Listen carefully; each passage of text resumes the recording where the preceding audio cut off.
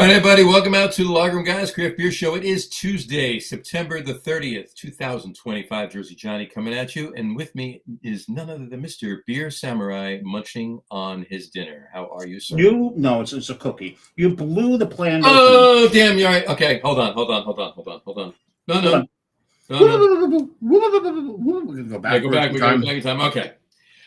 All right, everybody, welcome out to the Boys from the Storage Room podcast. Jersey Johnny coming at you. With me, as always, is none other than Mr. Beer Samurai. Please explain to them why I just did that. See, I got you. I got a cookie in my mouth. I got an almond cookie, by the way. These are they're Chinese, but that's goes entirely. Chinese almond cookies are fantastic. Please. They're fantastic. I love them. But completely opposite of where we're going with the show. We're actually kind of celebrating Oktoberfest today. In and around. You'll see as the show progresses. Right. But so if you take the Lager Room Guys, well, I wanted to do Lager Room Guys in German, and it was Der Jungs von Lagerraum is what it comes back as. Right. But I tried to translate it myself to begin with as Die Lagerzimmer Typen. Mm-hmm. But when you put that from in German to English, it comes out as the storage room types. But Typen is a slang term for guys in Germany. So I don't know. I like Die Jungs von Lagerraum translated is the boys from the storage room. It's still the boys from the storage room. Still the boys from the storage room. Because as we know, lager means to store. To store, yeah. To sit on, yeah. So the boys from the storage room. So we are tonight the boys from the storage room. That explains why your microphone's tinny tonight. Exactly. You are a little tinny. I am a little tinny? Yeah. Did you have too much tuna fish? No, I did not. How about now? Is that better? A little bit better? A little better. A little better. All right. So we're the boys from the storage room tonight. So there you go. We are the boys from the storage room. All right. And we have Vanessa. We'll get to your comments in a second. We'll bring them up as soon as we get the guest on. However, first order of business. First order of business. We have to. It's a very important day. One of our favorite days. Well, yeah. We'll talk about because today is International Podcast Day, and that is I believe that is what we are doing right now. We are doing an international podcast.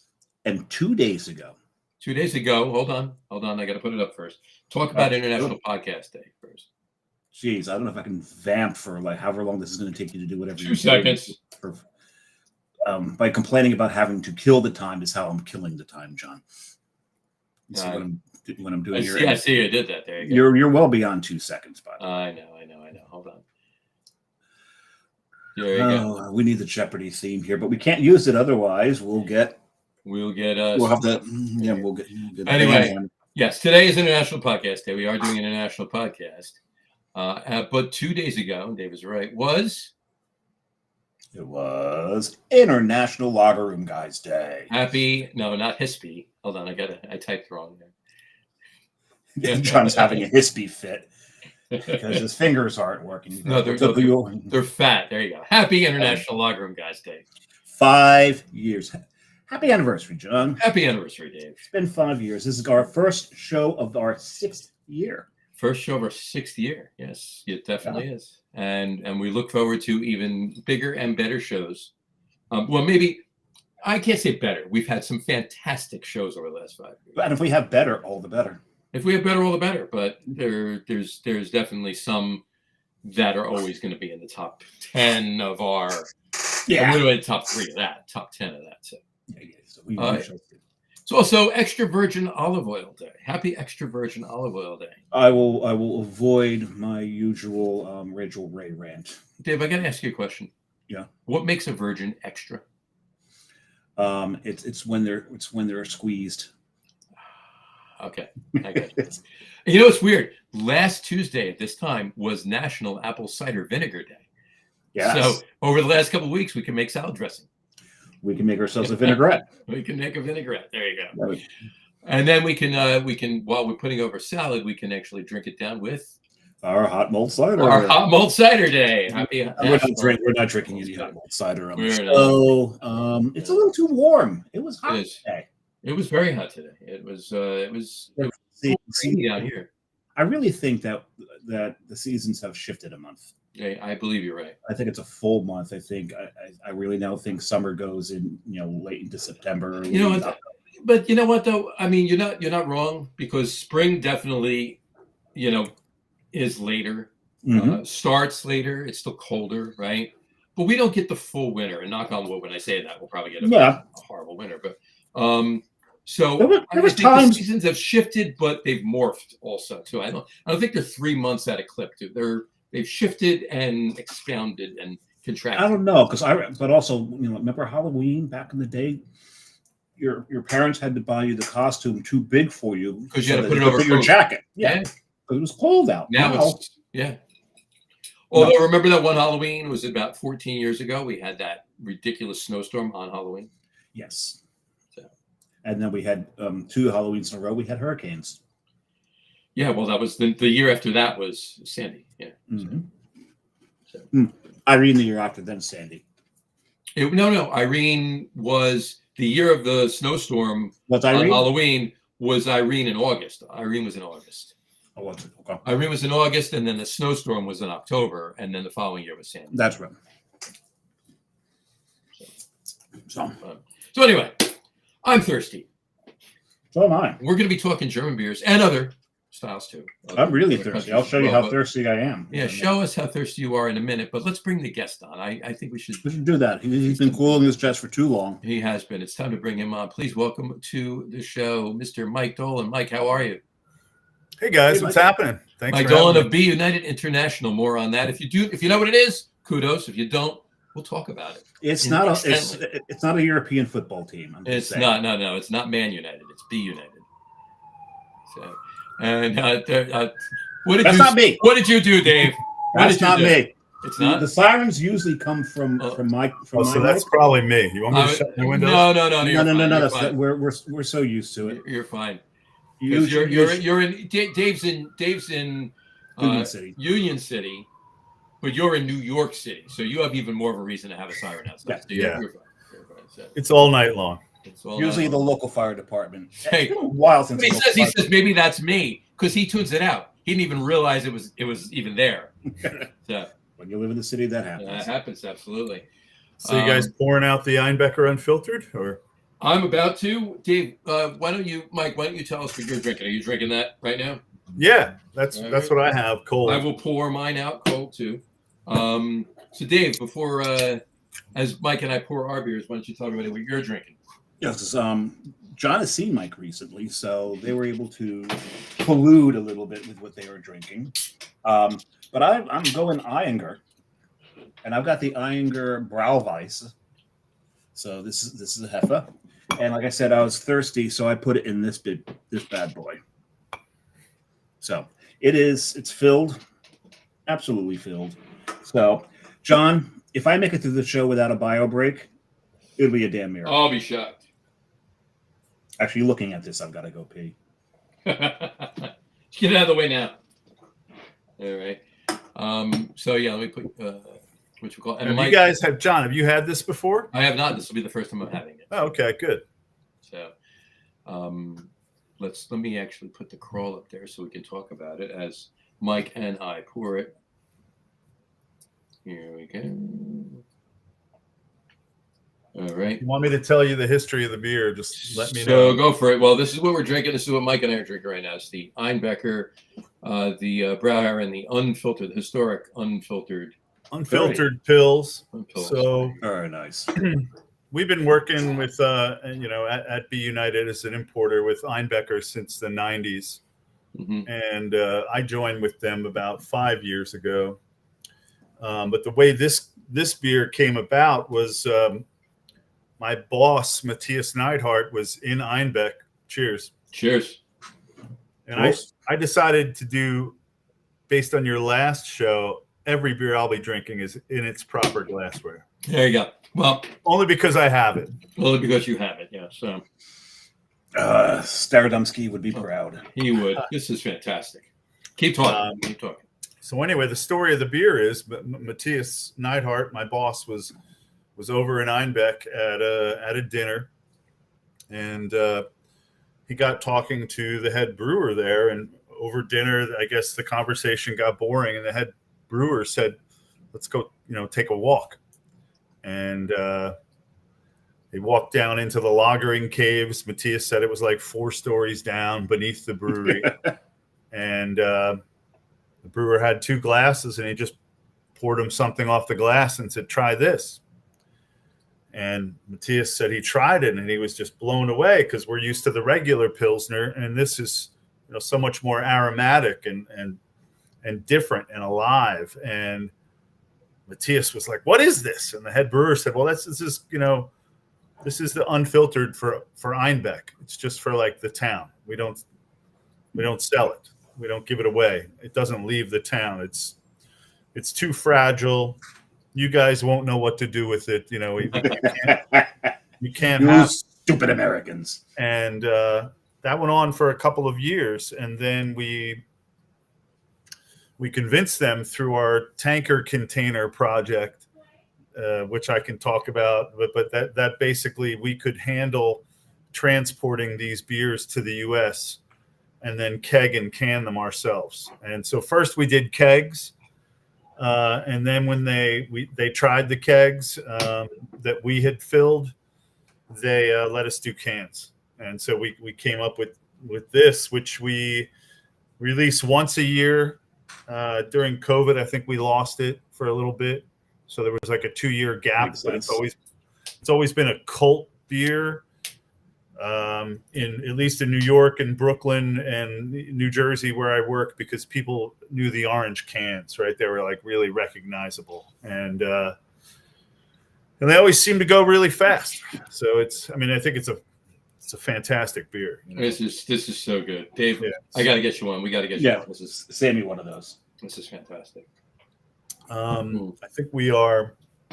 Yeah, I think we're completely sold out of it. Unfortunately, our Oktoberfest beers normally are sold by the last week of August. Mm-hmm. I may know where to get him. Yeah. Okay. Yeah, I've got an in, John, because John has an in. Good. That's good. That's good. And let me know. I'm heading up to the warehouse for a big meeting next week, so I can grab any samples you guys need. Awesome. Yeah. I'll talk to you before then. So yeah, that's basically I love that story. It's fantastic. An unfiltered pills from a brewery that's really been doing it the same way since the 14th century. And does the brewery have any allowing it? They predate Reinheitsgebot. Yeah. Say that again? Does the brewery have any regrets doing this for you guys? Any regrets? What? I couldn't hear your last one. Doing this beer. No, I don't think so. Like, I don't think. I know it was something for locals, but I think we're the only importer really that does it, and we fill 1 container full of it, which is like 14,000 liters, and we spread that to the U.S. Dave, that would last you a weekend. We spread that to the U.S. one time a year, after the summer when it's not too hot, and that keeps it special. And then we import the regular Einbecker pills all year long as well. And we just started doing that. We used to bring their kegs over, but now it's better for us and the beer. This being the regular Einbecker pills. Yeah. It's better for us to bring everything over in the tank container. And if this is a good time, I'll tell you about it. It's a little nerdy, but it's how we get these. Well, let's do some housekeeping before we get into it. Yeah, go ahead. I want to back up a little bit, but and I was remiss. This was Dave's first beer. There you go. There it is. There you go. I'd have that up there, and the proper spelling and the umlaut and the double S thingy. Whatever. How is the Eyinger tasting right now? Is it from a 500 ml bottle? It is from that. Oh, great. It's damn good. Damn good. I like. Very good. Oh my God, oh my God, Vanessa is. Vanessa, we love you, dear. I don't know we can get to every one of your comments. Yeah, we'll put a couple right now up. She said, "Hi, hi, the Lager Room. I go beer hunting this Friday." Vanessa, you know our names. I'm just kidding. She just says hi, and then she said, "My favorite base for space available to Hawaii has flights. I just need to get there." So There you go. Anyway, it's a good place to go beer hunting, I think. Absolutely. Here you go. Brian Boak, cheers out of the house. So no beers, unfortunately. I'm sure you'll make up for it this weekend. You'll make up for it this weekend, Brian. There you go. Vanessa, we'll get to a couple other yours in a minute. But I want to go back really quick. Mike, one question we ask everybody that was on the show for the first time. I'm very curious about this one. I am as well. To the best of your recollection, because as you know, we Dave and I are, of a certain age, right? And we're not spring chickens anymore, right? And we have, well, I mean, that wasn't being pointed, right? But my point of this is a lot of the guests we have on the show are quite younger and everything else. So, when I ask this question, vastly different answer, right? But being that as it may, to the best of your recollection, what was the first craft beer you ever had, or imported German beer, whatever what I'm saying, not macro light lager? Yeah, definitely the first. And I've been thinking about this. I went to German lagers before American craft beer, being part German and always hanging out in this area. Sure. The first ones I remember like buying on my own, I always felt very luxurious when I would buy a case of Spaten. So that has very early memories for when I was making a little bit of money. As far as craft beers, American craft, I started with a lot of English ales early, but it probably was Sierra Nevada. Hello. Somewhere in the mid 80s in New York, or late 80s, I guess. And there you go.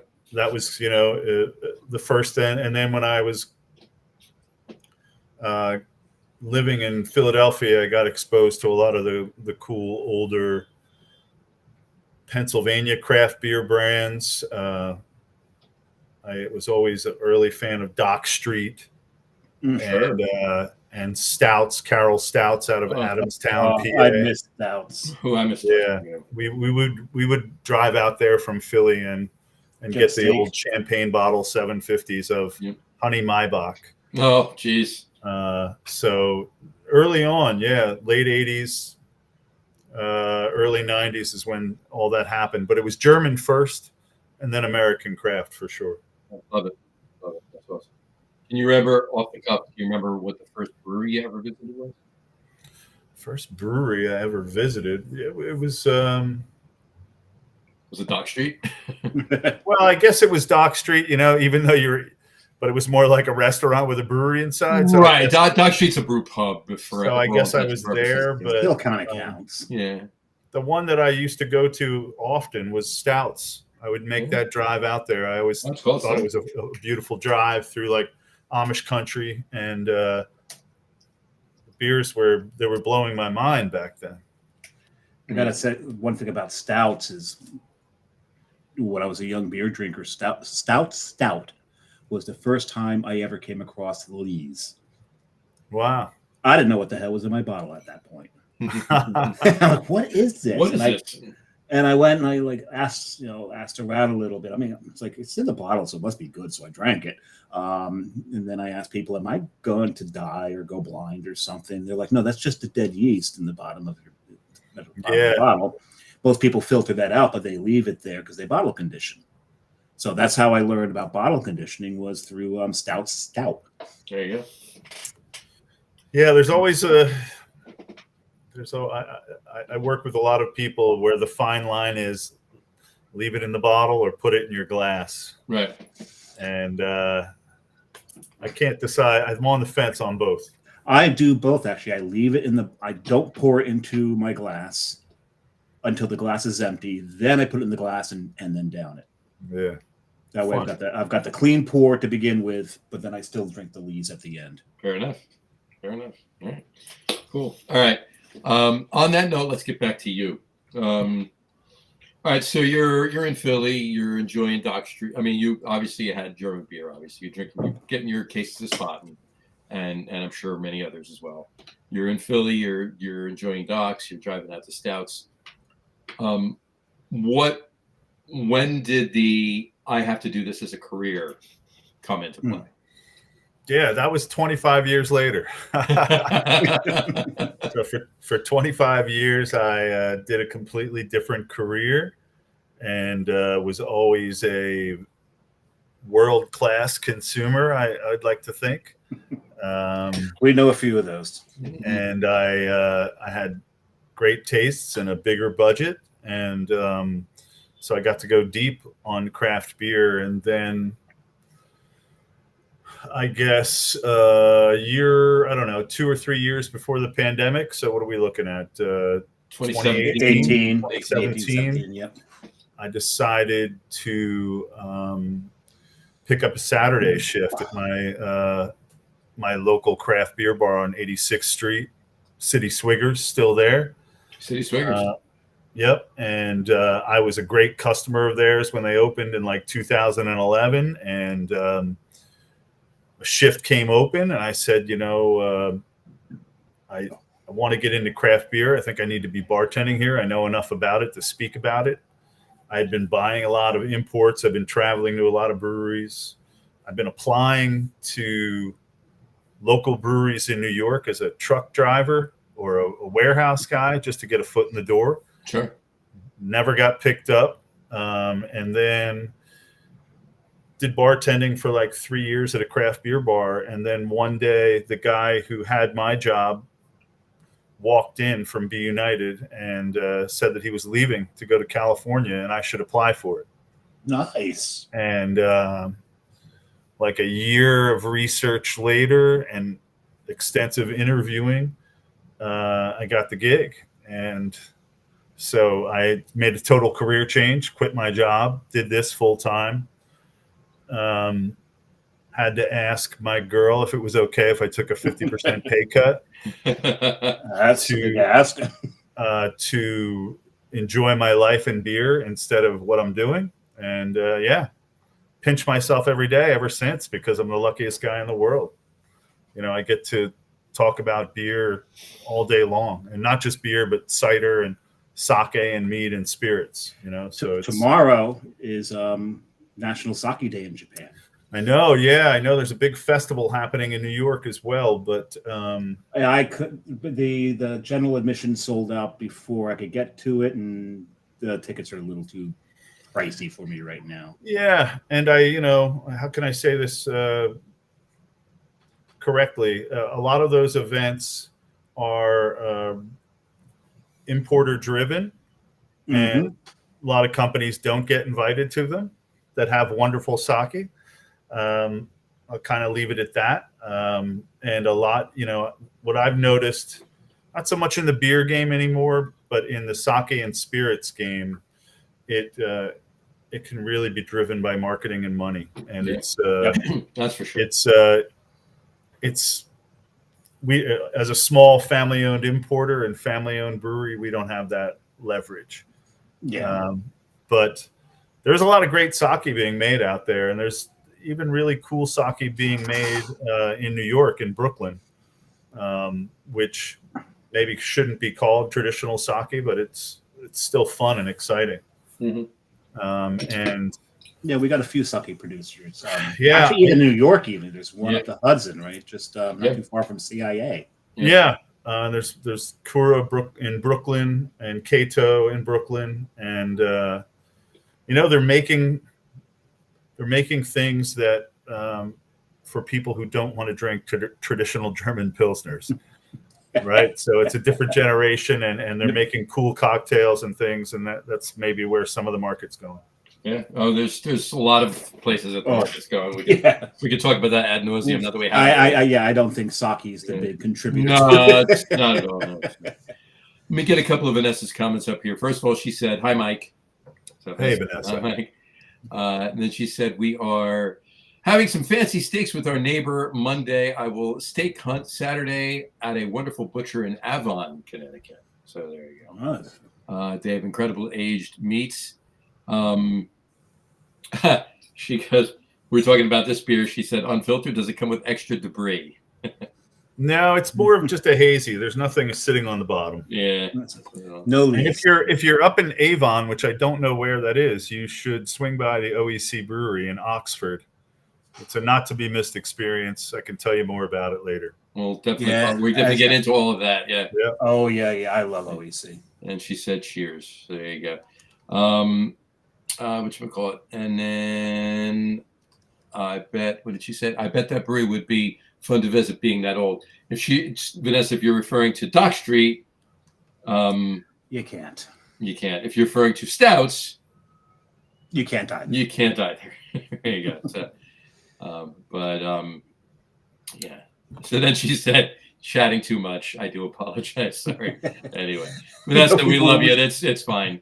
Chat away, please. Yes. However, Doug Smith chimed in. He said, "Prost, absolutely love the Be United portfolio. Johnny, is that a Mets hat you're wearing?" No, Doug, it's actually a Long Live Brewing from Providence, Rhode Island, and now Boston. They have a Boston location as well. And long live is not one of the Mets slogans. No. It's called It's called Choke in Miami. That's not Long Live. Yeah. Well, it's also the problem is we rhyme with Jets. Yeah, that's true too. But anyway, I just love it. This Doug. The reason I actually bought this hat when I was up in Boston at Long Live last month, and I just love the colors on it. And I figured since Oktoberfest, pumpkin colors. Yeah, I figured. Yeah, well, fall colors, not pumpkin colors. So yeah, it's pumpkin colors. And then he said, upside down. And then he said, "German beer styles are my personal favorite, and Schlenkerla makes my top 5 of all time." Yeah, we're talking about those exceptional drinkers.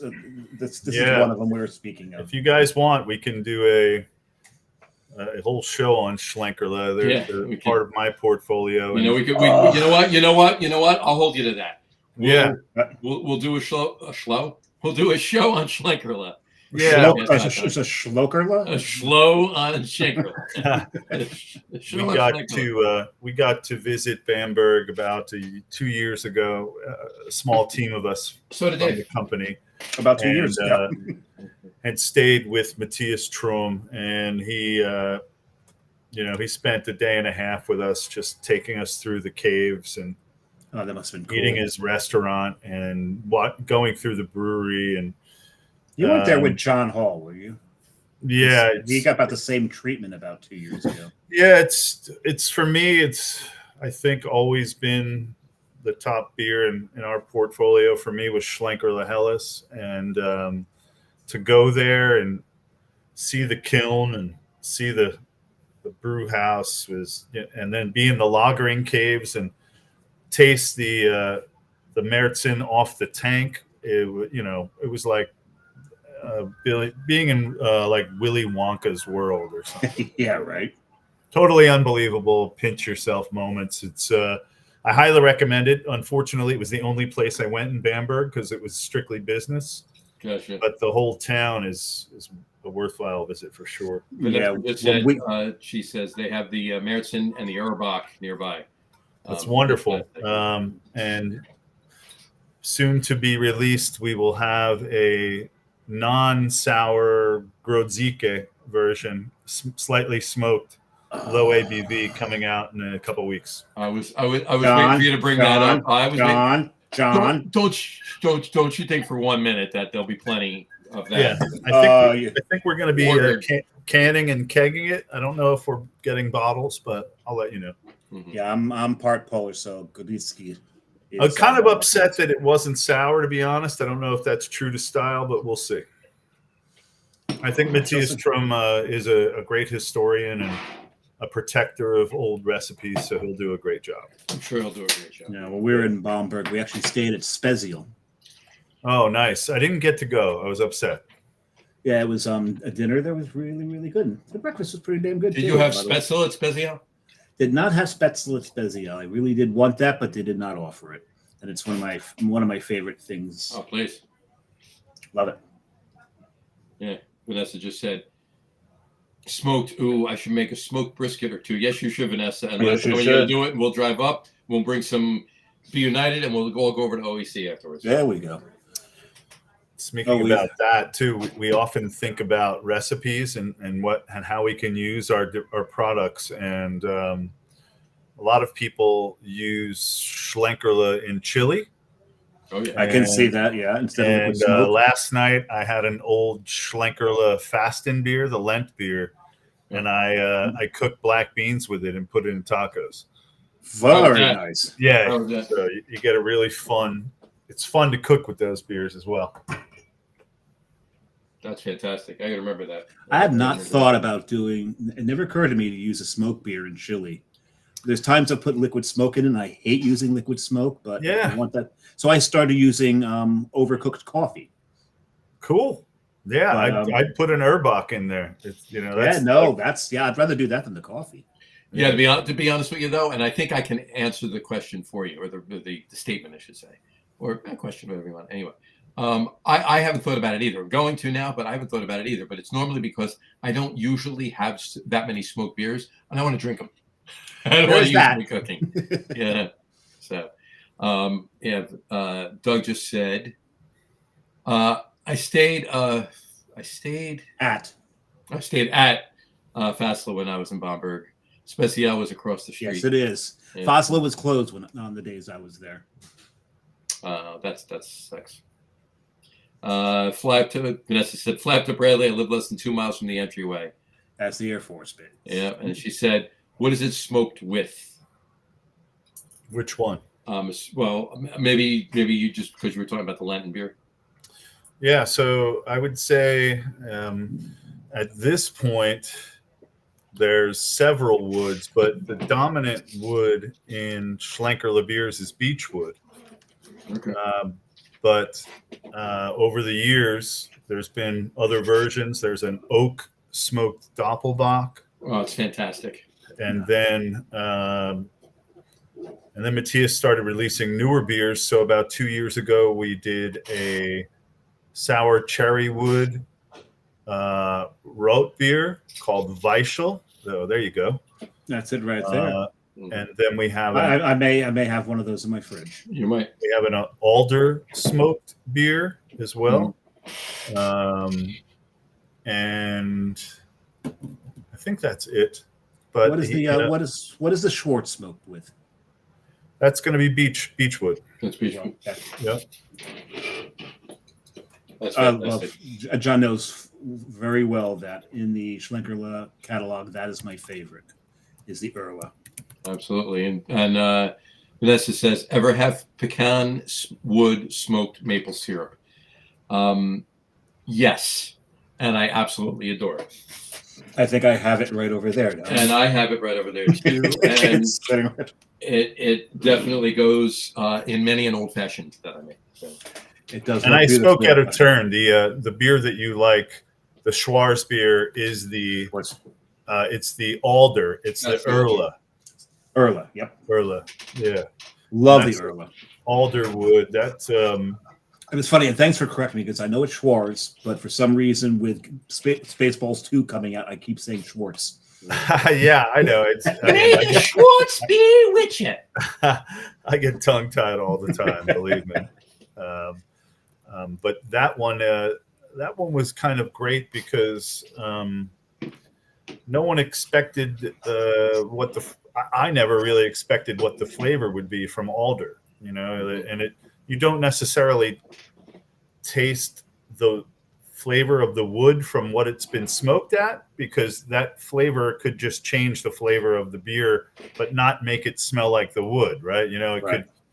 So just because it's maple doesn't mean it's going to smell like maple. It'll change the flavors in different ways, and that's what's kind of the exciting part about it. And Matthias Trum is just digging deeper into historic recipes and different woods. It's amazing. And he's like one of two people that that smoke their own malts, Spezial and Schlenkerla, and the only two people in the world that are carrying these traditions on. So, which is interesting because when you go to the train station in Bamberg, there it is, the big smoked malt producer. yeah, You can see it right from the platform. It's sure. like, wow, there they are. But yeah, I love the fact that Schlenkerla has, in what the past just 5 years, doubled their catalog. Yeah, it's kind of amazing, and they've also been improving and adding to their process. They used to sprout the grain, I believe, at like street level. And then Matthias dug into some historical books. Don't quote me on this exactly, but he saw a history where the brewers were actually sprouting the grain in the caves and then bringing it upstairs to roast it or to dry it on the kiln. So he managed to get two massive, like 30-foot long growing trays down into the tunnels 300 feet, and now they're sprouting the grain underground like they used to do 400 years ago. Gotta love Wow. Yeah, that's astonishing. It's kind of amazing. He showed us how they took these massive trays down there, and there was 2 inches of either side for this 2,000, 5,000 pound object to get moved down into the caves, but it worked. I think the whole town and the whole country is behind him to keep the tradition alive. Well, I thought was really cool when I was there was, we wanted to eat while we were there, and when we got there, we saw the line out the door. So we were a little worried, and so my partner went, and she went in to use the bathroom. She goes, "Place is like nearly empty." So we asked about a table. They're like, "Oh, that line's just to get beer." People are going in to get beer, and they walk out, and they're leaning against every building outside the brewery. The street is lined with people drinking Schlenkerla. Yeah. We walked in, sat down, and I'm watching them pour my Maybach off the cask. And I'm like, can it get any better than this? Yeah, it can. You could be downstairs drinking it off the kegs. Yeah, but still. That wasn't really fully carbonated either. So I think it is better up top. But every hour I went by there was 100 people chain smoking, drinking beers. And that started at 9:30 in the morning. Oh, and the shame is just across the street, there's a gift shop. Vanessa, want to know if it's temperature controlled down there? I know the gift shop as well. I've been there. Right. And, I love this, but because I looked in the window, and there's this one stein I fell in love with. And of course, it was the most expensive stein in the whole damn shop. It was like 140 euros. And I'm like, if that gets smashed on the way back in my luggage, no, I couldn't do it. Sure. Oh, that gift shop broke my heart. But John, I saw you open a second beer. I did. And I saw you sniff a second beer. I did. It was the OEC. Did you open up? I did. Pour mine out. I think it's time to talk about OEC. I think. Well, I have a couple of questions, and then we'll get into OEC while we're drinking the OECs. Anyway. Yeah. So this is what I'm drinking now, and what Mike is pouring at the moment too. It is OEC Brewing Oktoberfest, their fest beer. Very nice. Fest beer from Oxford, Connecticut, and we'll talk about the relationship and what actually OEC is and who they are to be united and so forth and so on in just a moment. I do want to dial it back after Mike finishes pouring his beer. Dave, you still working on your boot? No. The boot's next. This is a stein. Oh, I'm sorry. Right. That's a boot. Yep. That's coming next. What's that? What's that a boot? It's a boot. It's not Canadian. It is Weihenstephan. It's a Weihenstephan, right? I do have a. You know what? Maybe I should use, in honor of Vanessa Kitty over there, I do have a United States Air Force boot. Yes, you do. And the thing is, it's twice the size as this boot. Do you guys see many people ordering a boot these days? Not so much. Yeah. I haven't seen that in a long time. This right here. That's pretty big. Yeah, this is. You might be able to wear that, actually. It's a full liter. There you go. I got this in honor of my son, who's in the Air Force. Yeah. But I'll be drinking out of my Vian Stefan football boot. There you go. There was a time in my life where I don't know, I might have been a competitive boot drinker, and I've given those years up. I used to own a 3-liter boot. I prefer, just a half liter. Seems like the right size to consume. Last time I was at Hofbrau in Manhattan, I did get the 2-liter boot. Oh, I think I did it twice, and that night ended with me eating the brain out of the roast suckling pig. well, there you go. There you go. So that's what 4 liters of German beer can do to you. Make you eat anything. I spent many a night at Hofbrau in New York, and don't really. What's the other German beer hall on 3rd in the 40s? There's Reichenbach Hall. Reichenbach Hall, yeah. Yeah. Whatchamacallit? Yeah, once you've done your 3rd shot ski because you drank so many liters, it's all downhill from there. So I thought Reichenbach was in Texas. No, that's there's some nice smaller ones in Brooklyn that I like to go to. DSK in Brooklyn is always a nice spot. Big Einbecker place, and it's a little bit different vibe than the ones in the city. Sometimes they can get a little hectic and out of control. What's the one off of? Oh geez, it's off of Bedford in Williamsburg. Oh, not the Bohemian Beer Garden. Yeah, maybe that's what I'm talking about. No, not that one. I don't remember. Does Spritzenhaus classify as a beer garden, as a German beer garden? It's kind of a using the term loosely at Spritzenhaus. So. Yeah, I mean, I think it. Oh, Radagast. You're thinking. Radagast. Oh, Radagast. Yeah. Radagast. Yeah, Radagast. Radagast. Because I'm thinking there's a Tolkien reference in there, isn't there? Yeah, Radagast. Yeah.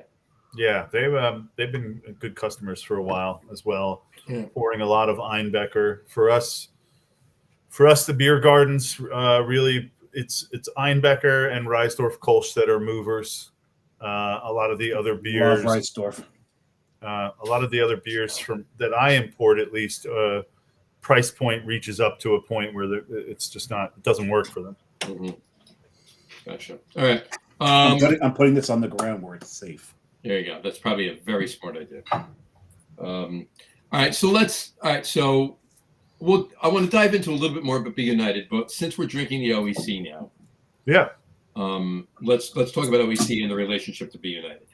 All right. So OEC Brewing started in Oxford, Connecticut. I think we just celebrated our 11th anniversary last year, so it'll be coming up on 12. And the brewery is run by Ben Neidhart, who is Matthias Neidhart's son. So Matthias owns Be United, the import arm, and Ben owned the brewing arm.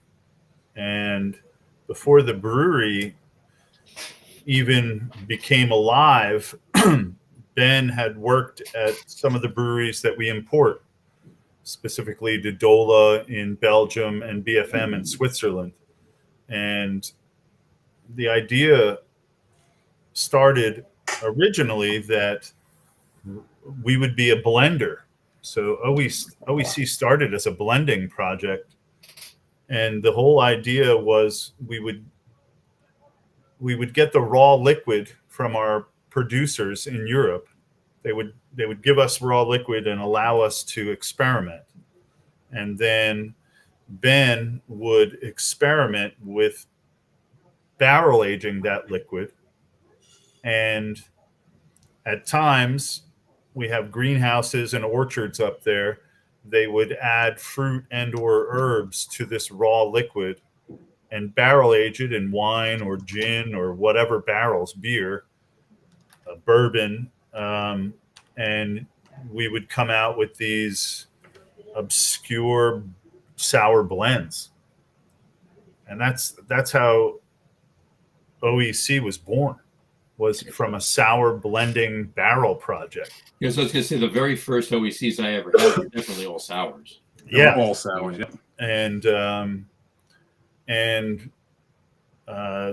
we built a brew house.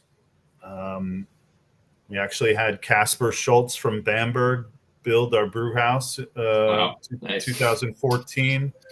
And the brew house was designed to brew spontaneously fermented wild ales, right? The sour beer brewing system, really, and it was an old historical system from 200 years ago, where the internals were copper and the externals were steel, and the bottom of the kettle was copper welded to steel, which was nice.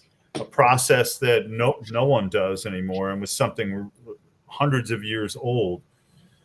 And even the angle of degree of those kettles is such that it's not very conical, which would be ideal for IPAs, right? It's very spread out and shallow, so the yeast gets room to kind of create.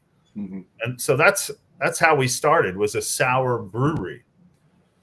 And we did that for many years, and they bottled 750s and had their sours on draft, and it was cool and obscure. And years later, Ben decided to start brewing clean beers, and that's when the idea of Cool Ship Lager came about. Yeah, and we started brewing lager in our sour brewery kettles, which was completely unheard of. And it was called Cool Ship Lager because every beer that OEC brews goes through the Cool Ship as the next process. And the Cool Ship is, I don't know, maybe a 30 by 20, 2-foot deep copper pool. Every beer OEC brews? Every beer goes even the Dapple and the Hidalgo and all that, everything, because we don't use a whirlpool, we don't use anything like that, so it goes to the Cool Ship. And at that point, you can dry hop, you can add spices, but really what's happening in that Cool Ship is, besides the dry hopping and spice additions, it's cooling the beer, it's heat transfer, right? You're cooling down the beer. And by maximizing the surface. Yeah, exactly. And they'll do that for an hour or so. Hold on one second, Mike. I'm getting dry mouth. There you go. And that is a. And then cheers to you. Cheers. And then every beer is then transferred down our Beaudelet cooler. And you're like, what is a Beaudelet cooler? And it basically is hangs on the wall, and it's completely made of copper, maybe 3 foot wide, and it's a beer waterfall with copper tubing all the way down it that has cold liquid flowing through it. And so every beer falls down this Beaudelet cooler, which essentially was developed by Dolan in Belgium, and then that beer then falls through gravity into our open fermenters. So every beer we brew at OEC, no matter what the style, is cool shipped, sent down the Beaudelet cooler, and then open fermented, which that's very cool.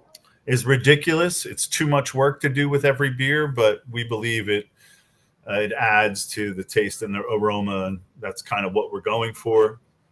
Not trying to rush any beer. This beer in particular, we did all those things with, and then we lagered it for 2.5 months, and it's we're not looking to rush these beers out the door, right? It's you especially our clean pilsners and lagers. We take the time to let them sit for months, and OEC did that and a lot of German styles and a lot of lagers and pilsners pretty consistently for the last 6 or 7 years. And then 3 years ago we started dabbling into English ales, and because our import business showed a push towards Asian culinary journeys, and Ben is first generation German American, and his wife Jai is first generation Chinese American. Nice. We've now started to brew an OEC family line of German styles with Asian ingredient influence, like yuzu pilsner, oolong tea Kolsch with mandarin. I've had the yuzu pilsner. Brandon brought me one once. The emerald dragon with lemongrass. It's actually very, very, very good. Yeah. And the IPA Baihu with jasmine, and I haven't had that. Yeah, what that was solely because of during the pandemic, we couldn't get beers from China and Japan like we used to, and we started brewing them ourselves. And Vanessa just said "ooh" to that too.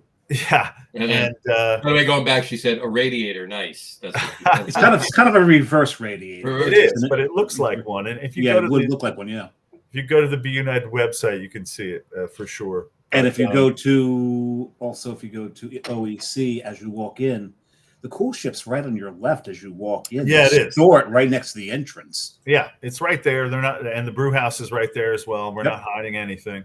If you sit in the back room, there's a window. You can look right into the brew house from that window. Yeah, and it's pretty small, and it's tough to keep up. Our brew house, we had a part issue in our brew house earlier this summer, and our brew house was down for a month.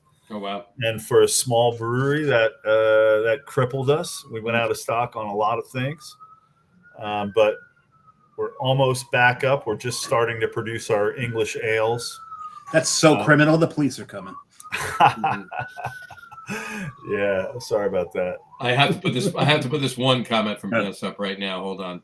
She said, "We used a recipe from my coworker in Alaska to make moose jerky with a Japanese-inspired recipe." That I would want to try. Yeah. By the way, about 4 messages ago, she said, "My fingers are dry from typing." just soak them in a beer, just like Madge. Remember what was that, Pledge?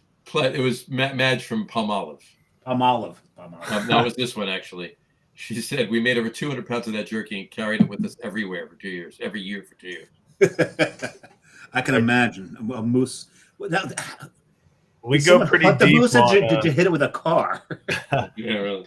We go deep on Japanese beer and food here as well. So I do know some people who've aged pork belly in 5-year-old Japanese beer that we thought was expired, but turned out to be like a really good yakitori stick or a really good skewer. Yeah, that's fantastic. Very cool. Yeah, and once people think beers are too old, we definitely experiment a lot up at OEC. So if the beer doesn't taste good anymore, we might make vinegar out of it, or we might steep coffee beans or fruit in it and then make bread, or who knows, right? Yeah. So I definitely we're always experimenting.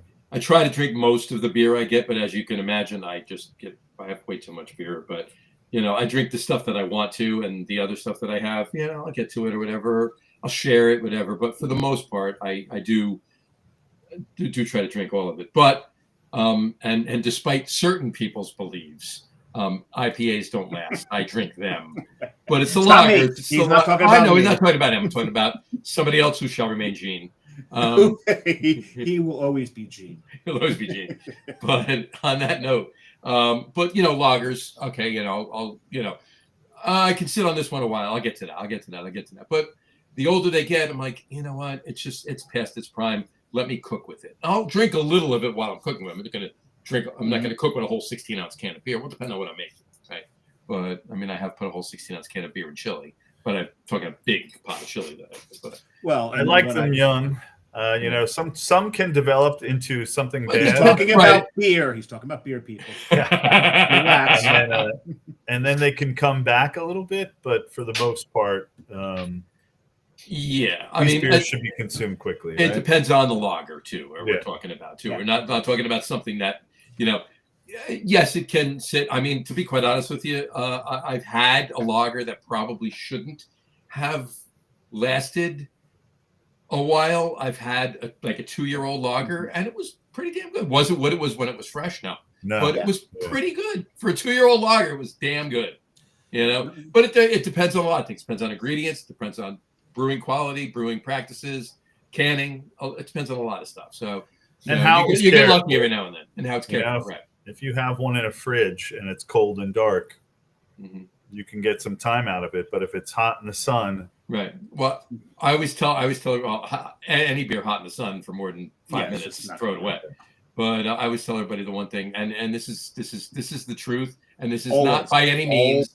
They can't get him to shut up. This is by no means giving clout to what Gene says, but this is going back years, 8 years, maybe 7, 6, 7, 8 years.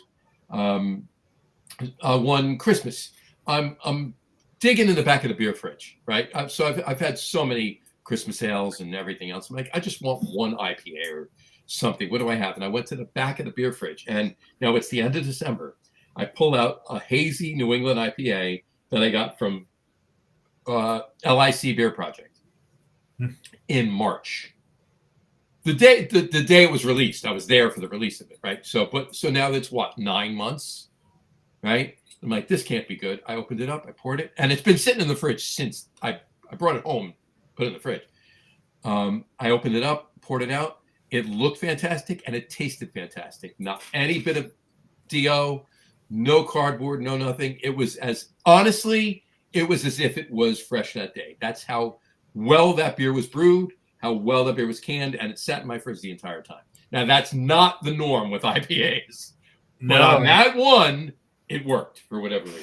So. I was a huge fan for many years. I haven't been there in a while, but back in their early inception, that I would drive to the. Well, they're gone now. They're closed. The nowhere reaches of their tasting room, and really, they were making some great beers. I thought for a while. They closed about a year and a half ago. Yeah, they had some great live music. It was just it was a cool space. It's really nice. Yeah. One thing that clicked for me in this conversation, because I've been to OEC a few times, there's one thing that always struck me about being in the tap room, and now knowing that they are very tied to Be United, explains the line of beers that you can buy there. Yeah. It's because I always wondered, it's like, wow, they've got this partnership with all these breweries from Germany and Belgium and Japan, even, because there's Hitachino Nest that you can get there as well. Yeah. And now knowing the Be United catalog and knowing that OEC is tied to them, this now makes all the sense in the world. Yeah, it's the one place, really, the one place in the States where you can literally buy everything from OEC or Be United's catalog. Yeah, it's very cool. If you were planning a visit, they'll put a gift box for you together. But it's also a place that you can purchase kegs of our imported beer and or OEC beer. That's a dangerous thing to know. You can also, eat some of the bread that we make there, or the salumi we make there, or have the coffee that we make there, or you can have a pizza from New Haven that we par bake there, or a food truck, right? So it's fantastic. It's such a good experience. There's 10 miles of hiking trails. It's you know what? You got that stream right behind the brewery. Yeah. I take my dog up there once a month, and it's a very dog friendly brewery. It's very magical place. I have to get up there. I definitely have to get up. I'll take you up there. We'll arrange a trip so you can see like everything we do. It's so cool up there. It's and why we import the beers we do and why we make the beers we make is all part of this singular kind of philosophy. And when you see it take place with the way we grow fruit or herbs or make vinegar or create beers or experiment, we're always making beer experiments with producers we work with, inviting them to come to Connecticut and do a collaboration. And sometimes it works, sometimes it blows up, sometimes it turns into vinegar. You never know. Right. Exactly. But it's fun. It's a great visit, and our barrel room is amazing, and the stuff we're sitting on, and the old, if you're into old vintage beer, which I know you're kind of into, We've had the combo, so yeah, we can, you can drink a Russian Imperial Stout from 1983, how that beer is held up is questionable, but it's an experience nonetheless. Absolutely. Yeah. So we'll definitely make that happen. There's a lot of fun things to do up there. Highly I need to get back. I need to get back up there. Closed on Mondays, but we still do tours if people want to do something, and I'm always willing to put people in my car and take you up there. So we'll definitely now, I do want to mention something real quick for those people who have seen Beer Fest. When you drink out of a boot, you don't drink with the toe up and then turn. Just keep the damn thing sideways the whole time, and you'll be fine. Exactly. That's all. That was just drama. That's just drama for the movie. By the way, this is the beer he's drinking. I didn't put the crawl up before. Yes. Either, so. This you is went to the Dunkel. Nice.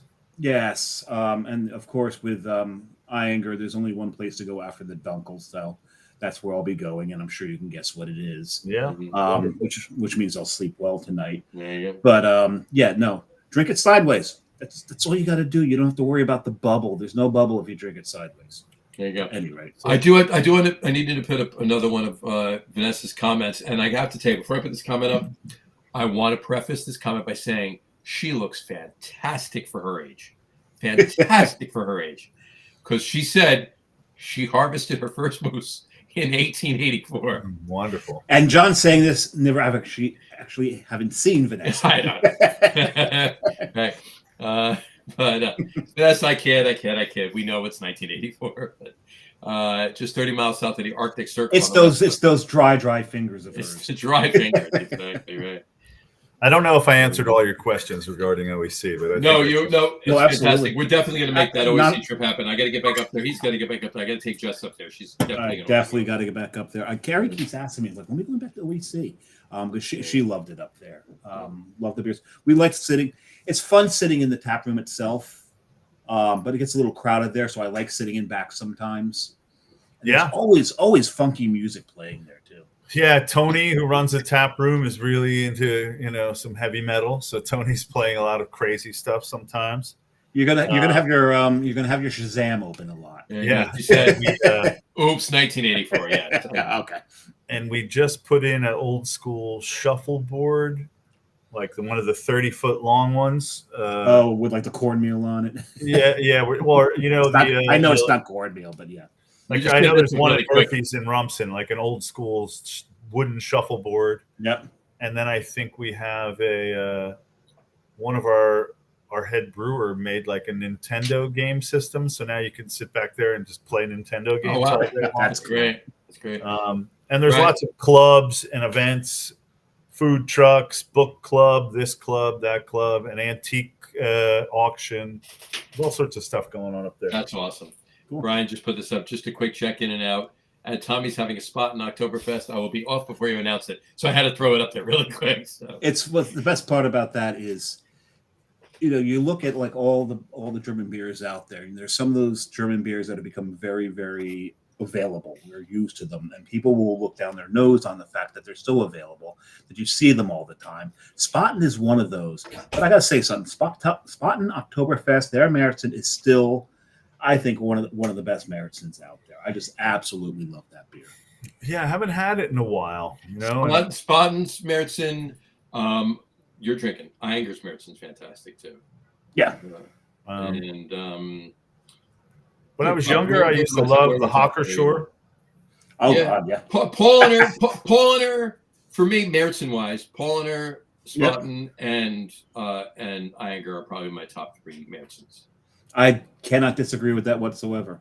Actually, the Märzen from Hockerschwor is my favorite Hockerschwor. Yeah, you're not wrong. Easily. And same thing with Spaten as well. That's my favorite Spaten is the Märzen. Optimator's good. Oh, I forgot about that one. Never mind. And yeah, I'm sorry. Optimator might be my favorite. but Optometer's going away.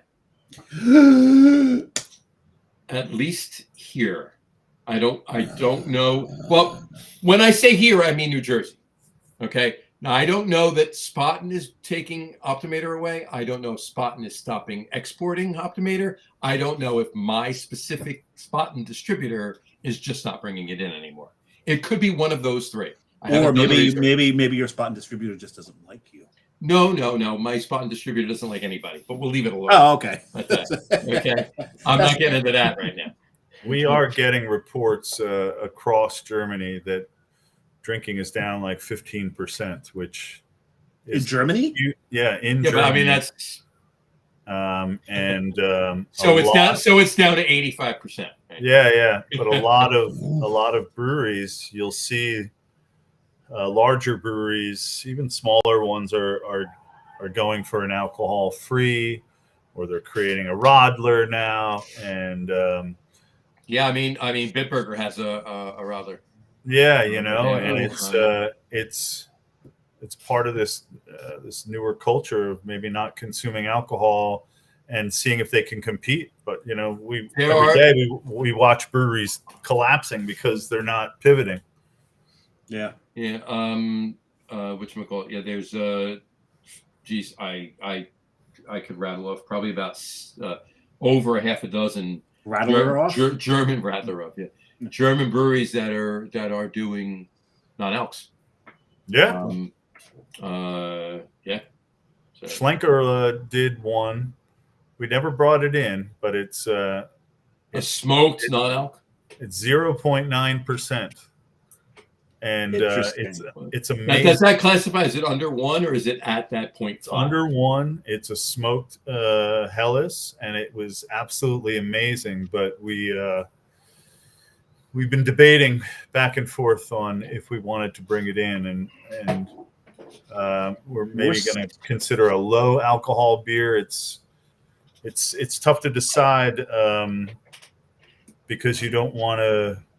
Well, we don't want to damage the brand by bringing in something that may be off brand, but I think low alcohol would be on brand. So we'll see. Well, I'll tell you, I got to be honest with you. I'm not particularly to this point. I have seen an uptick in craft beer drinkers looking for non-alcs, and that has been what has expanded beyond O'Doul's, right? Yeah, sure. And there I can't tell you how many non-alcs are available. I mean, Athletic, right? Athletic is probably Athletic is listed as one of the biggest craft breweries. And they're not alcoholic, right? So, yeah. I had a 19-ounce can today, and I thought it was wonderful. Yeah, and they're making a fantastic Oktoberfest. A Märzen they're making. Yeah, and it's a non-alc, and so I don't know if it's the direction. I can't tell you, right? But I will say that there is a very large amount of non-alcs available out there for the craft or import-centric minded. And to that point, if you're worrying about brand image, Guinness's 0.0 has done nothing to tarnish their brand. No, it sells well, and it's a beautiful beer. And I'll be honest with you, have you had one, Mike? Have you had it? Oh yeah, I've had plenty. Yeah, I love them. Tell me the difference. Yeah, there is. No. If you drink it next to each other, you can tell. But if you just you know how much Guinness I drink, I can. No, I'm one of those that can. Well, that's a different story. You know what I'm saying. But for all intents and purposes, the average drinker, unless you have them side by side, you're not gonna. You could do the average drinker. You could order a Guinness, give them a Guinness 0, and they're not gonna know they're drinking a Guinness 0. No, I've done it. That's why I know this. Are you getting into your next alcoholic beer though? I am pouring it right now. I will as well. There you go. Have I caught up? I've caught up to you guys. You've caught up. There you go. This is Hofstetten 1810. Hofstetten 1810. Okay. God bless you. What? Hofstetter. Hofstetter. Hochzeitsfeier. This is the can right here. Very nice. I like. Is I that like Mike? the Is that graphics. you or is that Dave? No, that's Mike still. I love the graphic on that. Yeah, it's a very, very cool can. That's Very a nice very label. cool can. Hochzeit Oktoberfest 1810. Why 1810? It was the original wedding beer brewed for For the King wedding, hence Ludwig and his Ludwig, wife. Yep. Yeah, Oktoberfest. yeah, and This. when we've been working with Hofstetten for many years, and what we tried to do with this beer was go back to a time when Oktoberfest beers were darker. They had more alcohol. It wasn't a Germanized, modern, light, crushable, lighter lager, lower alcohol. It was, as you can see, darker in color, a bit more alcohol. That's pretty. It was very pretty. And a bit more malt, right? Yep. It's a little darker than a Meritzen. Usually. Yeah, it's not the dumbed down version of a Oktoberfest beer that you'll find in a tent. I think I upset a brewer over the weekend because I went to a brewery. I won't say which one. Asked for their Meritzen. They poured me that. I'm like, that's the Meritzen? They're like, yeah. I'm like, that's a little darker than I'm used to for a Meritzen. Anyways, that's the perfect color for a Meritzen, and stormed off. Went, okay, but you're wrong. It's not. It's a Meritzen has got a nice caramel color to it, but not a dark caramel like that beer is that you have in your hand. That's a. And you know what? It was actually darker than that, and he said that was. Yeah, I was going to say this is in line. This is. Yeah, a little on the high end of a Meritzen. Right. Yeah. But it's definitely higher on the SRM scale than that even. And it's a very small town. It's actually the oldest brewery in Austria since I think 1200. But this Really? This version of the brewery goes back to the 1700s, and I guess in the 80s, Peter Kramer family took over this brewery, and they came to New York. Peter and his daughter Jana, who are running this brewery, they're very famous for making a granite bock, which was kind of their most famous beer, where you brew this bock and then you drop a hot rock into it. Oh, it's a hot stone. Yeah. Beer. Oh, I love that. You convert the malt sugars into like a burned, smoky, granity thing. Legendary beer. And then yes, it is. They were pretty famous for a Kubel beer. And then this Hofstetten beer, the 1810 Hochzeit, is the one beer that they still produce from the brewing system from 1929. So they have a modern brew house where they brew other beers. This beer, they only use the older brew house. And Peter, when he was in New York, told us about it and said, we like to use the older brew house because it has problems and it leaks a little bit and it's not perfect. And because some of the air gets into the beer, you get a little oxidation. And we want that oxidation in this beer, just a slight bit to develop flavor. And, it sometimes can be inconsistent. And I think they upped the hops last year, and it seems to preserve the beer a little bit. I think it tastes great. It tastes fantastic. So good. So good. I mean, but here's the thing about it too, right? It's not just a sweet caramel bomb like you get in a lot of Meritzens and a lot of wannabe Meritzens now, right? The hops are shining through too. You get those noble notes, and it's got that strong malt backbone, but you still have those noble hops. And I think it finishes very dry, right? And it finishes dry. Well, I mean, from the hop presence, it dries that caramel malt out. And this is a beer that we right now at this point we bring a very limited amount over, probably only half a container. So we times maybe we'll only have 50 or 60 kegs and maybe 50 cases for the country. Because And John, you're saving me one, right? yeah, and I got also, 2 cases, so we think that this beer, I think personally, you don't want to drink this. I mean, you could, and it'll taste great 3 months from now, but if you drink it under 3 months from now, it's really going to shine. And so that's why we bring a limited amount. We don't want to sit on stock, right? No, right. And that's caring about quality. Sure. Yeah, and it's fantastic, and it really, I mean, talk about a family brewery. Like it's Peter, Yana, her brother, a dog, and their mother. And in that order? I don't think so. I don't think so. And the dog pitches the but it's that's the dog's job. And runs the mill too. Yeah, and it's just they put him on a treadmill and that grinds all the. It's kind of this gorgeous town about an hour south of Salzburg, where most people are just thinking about cheese. So it's.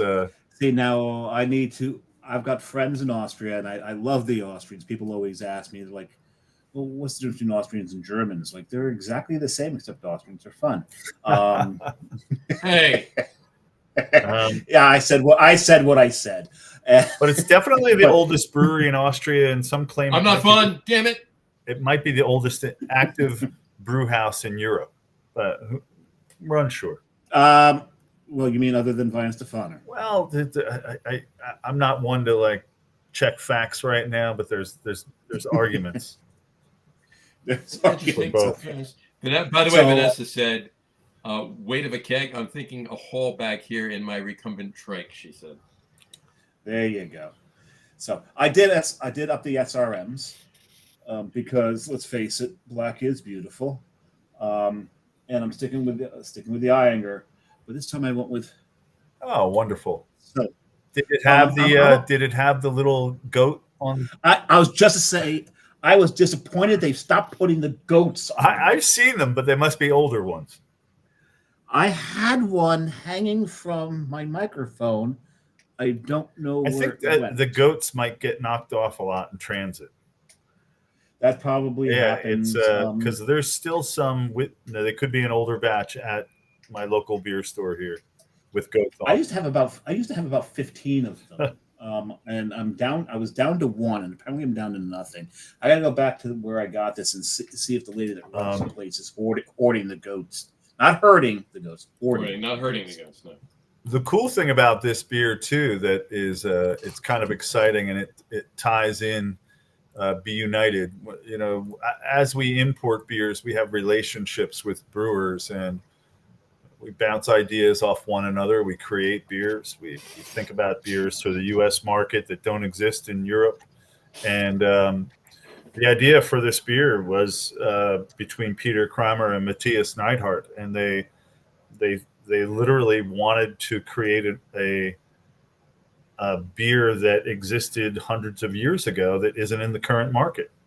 And we played with the recipe for years until we get it right. And we do that with a lot of breweries. We do a lot of research where it'll take a year or so to think about a recipe, think about not necessarily what will work in the U.S. market, because we don't follow trends, but we try to think about creating something that people don't even know they want yet, right? Mm-hmm. Creating something that doesn't exist and hoping that people want that experience, right? So we're creating towards a unidentified experience a lot of the times, not to say, hey, everybody's, into this beer, let's make more of that and follow a trend. So a lot of times we're taking a gamble and a risk, and sometimes it works, sometimes it doesn't.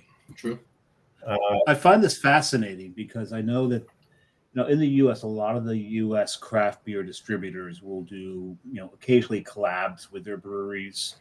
You don't see, I've never heard of U.S. distributors working hand in hand with European breweries to actually come up with beers, and not just for the U.S. market, but this is also being sold in Europe as well, correct? This beer is, but I will say in some other markets where we've created things, like in Japan or in Germany, they're not sold locally, or in Italy, they're U.S. market only.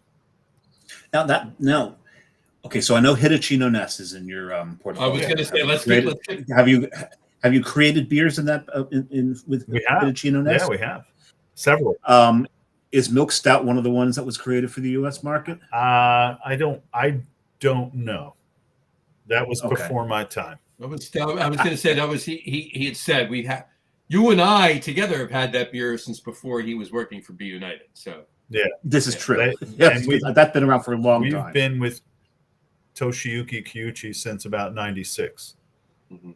That was impressive. Yes, do that one more time. Toshiyuki Kyuchi, great guy, innovative. Okay, now let's test him here. Now here's a big test for you. What does OEC stand for? Okay, so yeah, it's crazy. Hold on. Go ahead. Wait for it. Let's see if you can do it without looking at the kid. I'm looking at the kid. He's saying it. I'm not. So. It's essentially pig Latin. It's Ben's. Yeah. Ben is a big Monty Python fan, and like a Dungeons and Dragons fan. Gotta love it. It's a spoof on Order of Eccentric Boilers, and it's like Orderum Excentra Coctores, but that's exactly eccentricity. Yeah, it literally is the Order of Eccentric Boilers. Ordinem Eccentrici Coctores. And it's and now you got to smack yourself in the head with a five. Yeah, Ben's. I got to do the silly walk. Hold on, He was kind of into fantasy and knights and dragons and stuff. And it sounds like him and I would get along very well. Yeah. I was a dungeon master. Well, we have a Dungeons and Dragons night up at OEC. If I live close, we have a horror movie night. We have an occult book club night up there. I mean, they do a lot. Really? They. Oh my God. Chloe. That does not surprise me. The amount of patchouli that I've smelled amongst the customers in that brewery in a cult book night does not surprise me. Yeah, Tony's. That's usually why I like to sit in the back, because usually the patchouli's in the tap room. Tony's wife, Chloe. Tony has been working the tasting room the whole time they've been open. His wife, Chloe, has been around half that time, and she is driving those events and having like more food trucks, more on-site antique sales, food sales that we've had. We're trying to get back to something I never experienced, but maybe 10 years ago, OEC would open their doors and all of our suppliers would come, and we'd invite all of our wholesalers, and we would have these just massive kind of interactions where people would engage with different brewers, and different brewers would interact with one another and create products. Mm-hmm. And some of Kyuchi products were developed because people from Kyuchi and people from BFM had drinks one night and created something, so we've had a lot of cross-pollination from Italy and Europe and the US and Japan. And that's what craft beer is. It is what craft beer is all about. And I will not say anything about my experience playing Dungeons and Dragons or being a dungeon master. I'm not saying anything. So you just said it. I will not say anything about it. Then I won't say anything about the fact that when I worked in bookstores, that I ran the fantasy sci-fi sections and the occult sections, and I was allowed to order with the distributors for those, I gotta be honest with you. I won't mention that either. And do you remember Ghostbusters 2, right? When I do. Ray Stantz had the occult bookstore. He had it in later on. He had it in Afterlife, right? But he had it in Ghostbusters 2, right? Yep. And so I was like, I always wanted to go to that bookstore. Yeah. And not just that bookstore, the one that Dan Aykroyd was running. You can go to Asbury Park and go to. I know. There's one there. Or you can go to Providence, Rhode Island, and go to the occult bookstore with a H.P. Lovecraft. Oh yeah, you're right.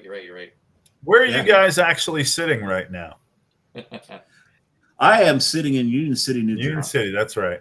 I am The sitting textile capital of the world, right? It was at one point. Yeah, but that's what you see when you try to cross that when you bridge. enter the Lincoln Tunnel. You see that every time. They've taken that down. That's not even up anymore. That's sad. But right above that bridge, there is a sewing machine statue in honor of the fact that they used to be the textile capital. John, where are you? I am sitting in Belmar, New Jersey. Oh, you live in Belmar. I thought that's where I knew you lived. Yeah. Wow, many a fun time there. The summer night capital of New Jersey. So. No, I love it. The bar fight capital of New Jersey. I don't involve myself in this. That's just bar A. Bar A is like 2.5 blocks right that way. Yeah. And when that happens, I pick my beer up off the bar and go sit over there. And you just walk away. No, I watch. I go walk away and then I watch. Yeah. Well, the problem is. And Vanessa is in. Hold on. Come on. Windsor Locks, Connecticut. Yeah, she's in Windsor Locks, Connecticut. There you go. Yes, there she is.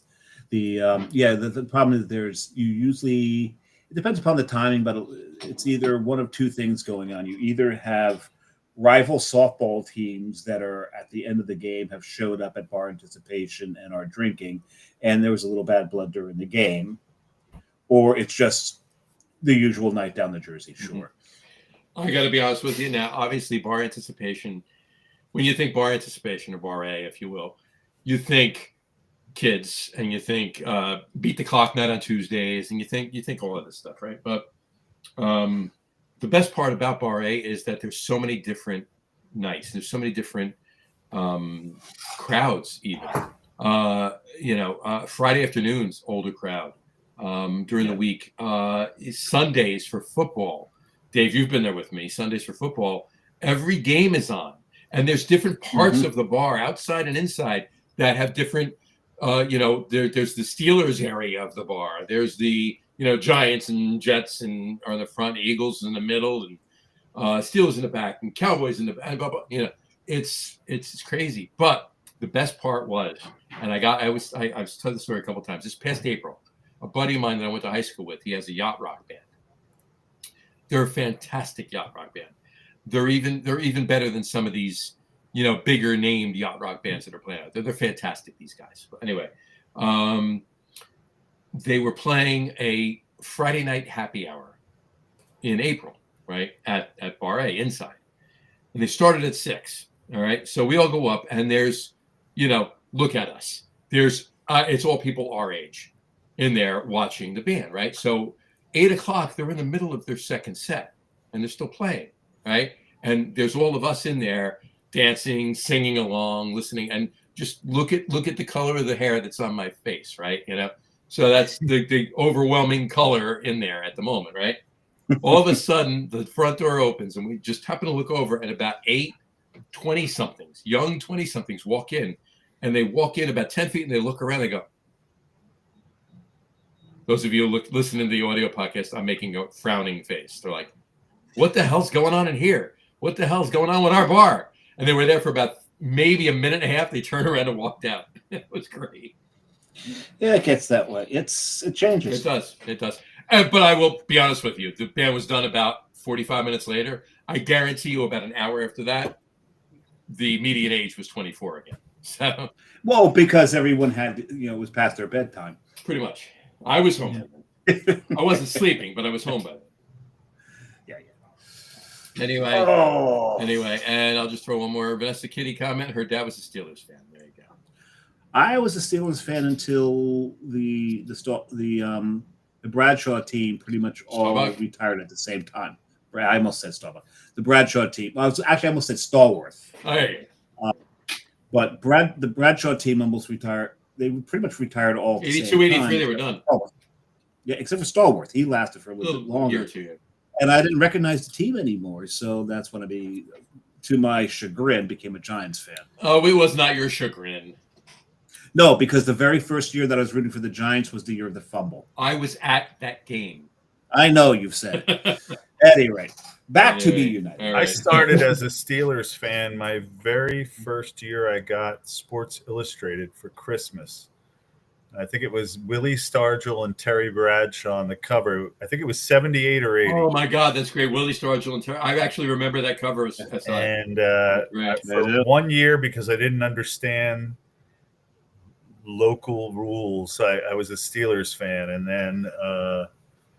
then probably like 1982, I started on with the G-Man, and that's about probably.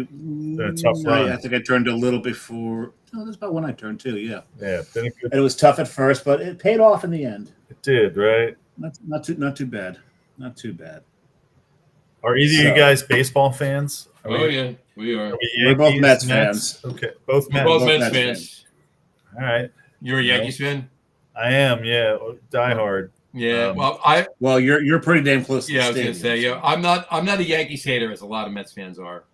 No, neither. I'm Yeah, not. I'm not a Mets hater. I caught a Reggie Jackson foul ball during batting practice at a Yankees Royals game in May.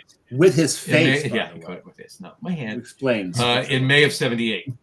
Wow. Yeah, that was. I was very close to being a Mets fan. I went to a Mets game in '76 at Shea, and for 1 year I was a Lee Mazzilli fan.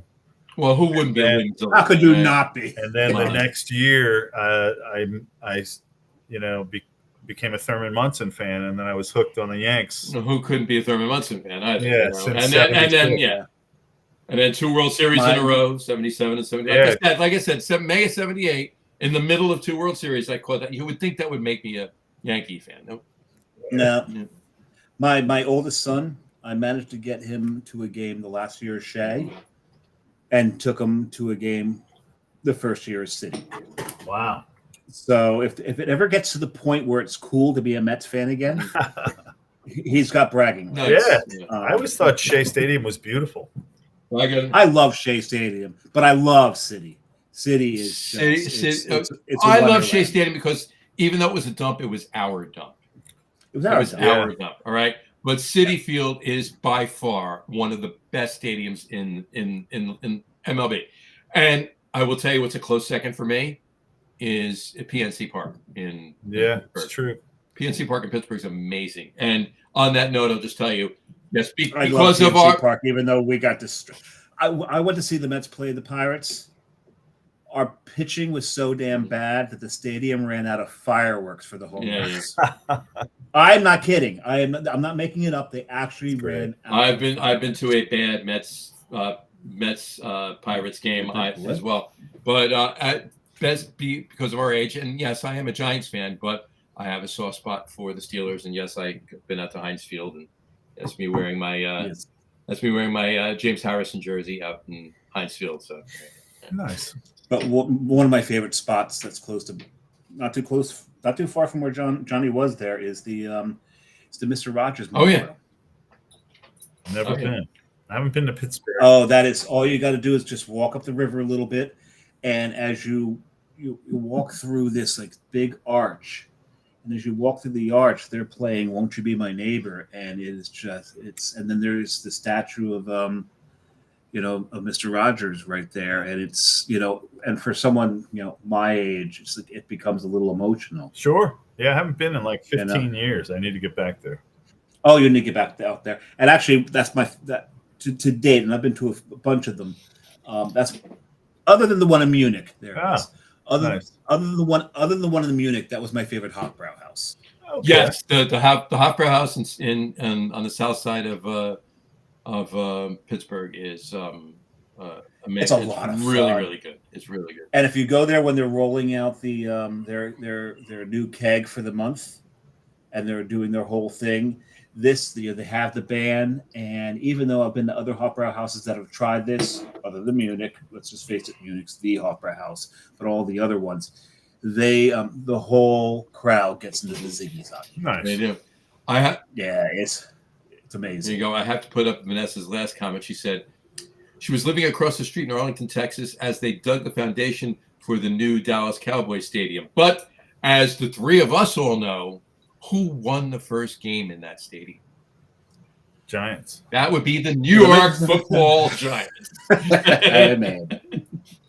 And you know why they call them the New York Football Giants? Because at a time They were the New York baseball. there was the New York Giants, Baseball Giants playing in.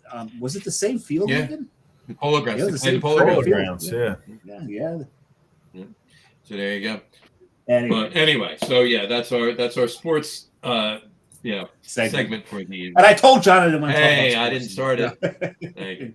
No. Anyway, No. Yes, you did. Vanessa Kitty started it. You posted. And the Yankees are down 2-1, so we'll see. there you go. Not going to cry. No. Yeah. I will tell this story really quick, just to Mike really quick. I did not, as the No, you're telling it to everybody. As This is huge, only there, so obviously. you're telling it to That's everybody. as a huge Mets fan I am, I did not watch Game 7 of the 1986 World Series. Okay. I listened to it because I was sitting at the Giants-Redskins Monday Night Football game at Giant Stadium Giants were playing the Redskins on Monday night during Okay. Game 7 of the World Series. So we already knew it because obviously we were celebrating because we listened to it, and a lot of other people in the stands were too. We listened to the game, so we knew. I didn't see Jesse Orozco throw his mitt up in the air when they won.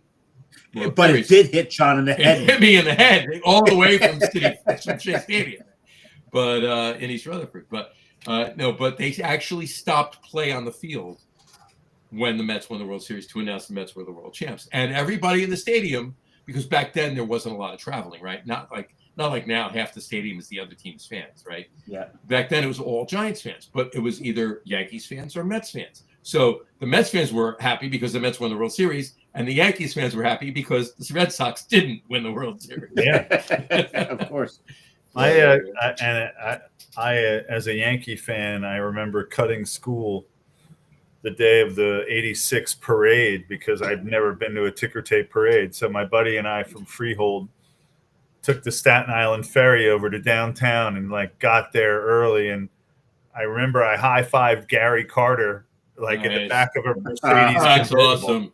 Because the kid, there was no security, right? The guy, it was the 80s, No. right? You could do that. That's fantastic. I wish I went. I wish I went over. And the thing is, and if there was security, it was to protect the fans from the Mets. Yeah. And I'll never that forget. team was not nuts. only was I not at that ticker tape parade, but neither was Doc Gooden. Yeah. Neither was Ron Darling because they couldn't find him for weeks after the 7th game. I'll never forget. I went, and I was 86. I was 17, and I went for a high five with Gary Carter, and he was in the back of a Mercedes convertible, a 450 SEL or something, and I missed his hand, and his forearm hit me, and it was like his leg hit me because it was the biggest arm that ever. It almost broke my arm. His arms were so massive. Yeah, because his arm was. And I was a catcher as a young man, and he was he was always a mentor for sure.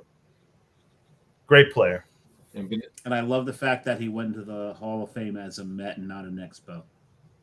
Vanessa's really active, huh? Yeah, she is. Yeah, she says she moved into her apartment next to Yankee Stadium in October '87, and it pisses me off. $400 a month rent control. Love it. Jesus. That's awesome. Yeah, I was paying more in rent in New Jersey than that back then. So, the South Bronx. Yeah, that's about right. Anyway, so what's next? So, all right. So I want to get back to Be United just for a little bit. Yeah, sure. And then we'll move on from there.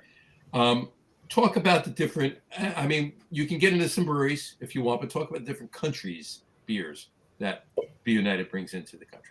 Yeah, so originally we talked about a bunch of them already. Yeah. Originally, and the reason why Be United was formed really was based on the classic beers that Michael Jackson reviewed in his book, right? So originally, Matthias sought out those beers. So it was special beers from Germany, from England, from Switzerland, from Belgium, from Sweden, from Finland, right? He was always trying to search for these obscure kind of flavors and styles that were part of this idea of classic beer, right? Mm-hmm. And for a very long time, whatever we brought over, sold because people are just like, yes, give me, I want it all. Yes, you have a porter from Scandinavia. You have a barley wine from London. Yes, like just keep them coming. A lambic from Belgium, whatever. It was always kind of old classic styles, and then I think it took a turn towards Japan, maybe in like '98, and originally Hitachino Nest was a craft beer. It was a Japanese beer for craft beer nerds, and there was never really a connection that it could be beyond a craft beer. And then organically, something happened that Matthias didn't predict, and that was that not just craft beer bars, but restaurants now wanted Hitachino Nest White Ale because their customers who were having sushi or omakase, which probably they didn't have then, or whatever, they were having a Japanese meal. They wanted something other than Sapporo and Kirin and and but also something that they kind of also recognized already. Yeah, well, because it was a Belgian style made in Japan, right? So it's a Belgian wit with coriander and nutmeg and citrus and orange juice, and it was easily drinkable. And so by accident, we discovered that beer and food go together. Oh, absolutely. You know, but people knew that, but this is keep that thought. You know, this is very early on, and then like wildfire, our portfolio in the last 5 years has chased Italian culinary journeys, Mexican culinary journeys, Asian. I want to ask you journeys. about the Mexican, and I really want to ask you about that Mexican. Yeah, and because go ahead. The craft beer movement, the Mexican craft beer movement, pretty much got stomped on when the big boys came together. And one thing that happens in Mexico is that the liquor licenses are all bought up by the by Grupo Modelo, and what's the one you put the lime into? Corona. Yeah. So that's Modelo. Corona's. But they're all the same group now. They weren't at the time, Okay. But they bought up all those licenses. And if you wanted to open a bar, if you wanted your liquor license, you had to go to them, which means craft beer really could not get a strong foothold in these bars because they had no tap space because they were dominated by the big boys. And the regulations were what they were because, hey, it's not, you know, it's. There were no regulations. The regulations were what they were because there weren't any. And they could say, hey, there were. You want to buy this liquor license? Fine, you can buy this from us, but you have to pour all our beers. So you've got Collectivo Axolotl. Yeah. And you bring them in here, and they've got a showing here, but do they have any foothold in their own country based on what goes on there and the collusion? Yeah, so I mean, previously we worked with two Mexican breweries, which one was La Bru, which was in I remember La Bru. Yeah, I've had some of their stuff. I always mispronounce this, which is Michoacan, I think. Okay. And then we had Mancha de Agua, which was based in Mexico City, and did not know that. Both of those breweries. It's interesting. I think they brewed for very hyper local, and then little or no distribution otherwise. So, unless you were in certain restaurants in Mexico City, which were trying to be cutting edge, or in somewhere else near La Bru, you probably didn't even know these beers existed, right? A lot of these beers don't make it into the grocery stores or to retail markets. Most of the craft beers were either for like local people coming to the brewery or for a restaurant within 5 miles. And was that because of capacity or because of no, I don't think they have the footprint, right? Like there's so much other monster competition out there with unfair competition. So much money that you have to convince a restaurant owner, hey, I know you're selling 1,000 beers a week that cost you $1, but would you want to sell a beer that costs $3 and Exactly. see if you can sell 50? Because some people might think it's cool with your food, and you have to change a complete mindset, which was the same thing I had to do in the United States. When I walk into a taqueria that in New York that sells a $7 Corona, and I approach them with a beer that costs $3.50, and they need to charge $10. A lot of times, people aren't willing to do that price point if you're comfortable with what you're consuming. Like for the most part, in my entire life, I've consumed massive macro Mexican beers while eating Mexican food and been totally happy. Of course. So yeah, Negro Modelo is one of my favorites. Yeah. So what's the motivation for me to step out of that comfort zone and pay a little more unless you hear the story, right? Or you believe somehow it pairs better with the food you're eating. Right. Or I think there's a lot of Americans that if they knew that story of how they're kind of, there was this monopoly. Yeah. And these were the little guys. I think if they knew that story, they'd be like, "I'm going with the little guys," because of that whole monopoly deal. But full transparency, it's been our most difficult portfolio to manage, for various reasons. A lot of people who were more concerned about business than taste and aroma took over.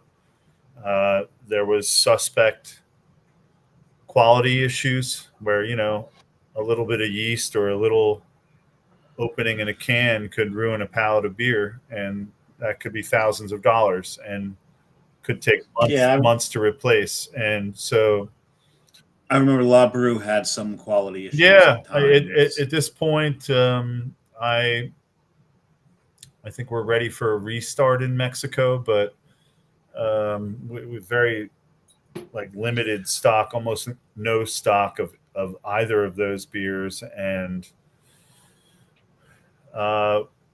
especially Matias from Monte de Agua, Matias Veracruz.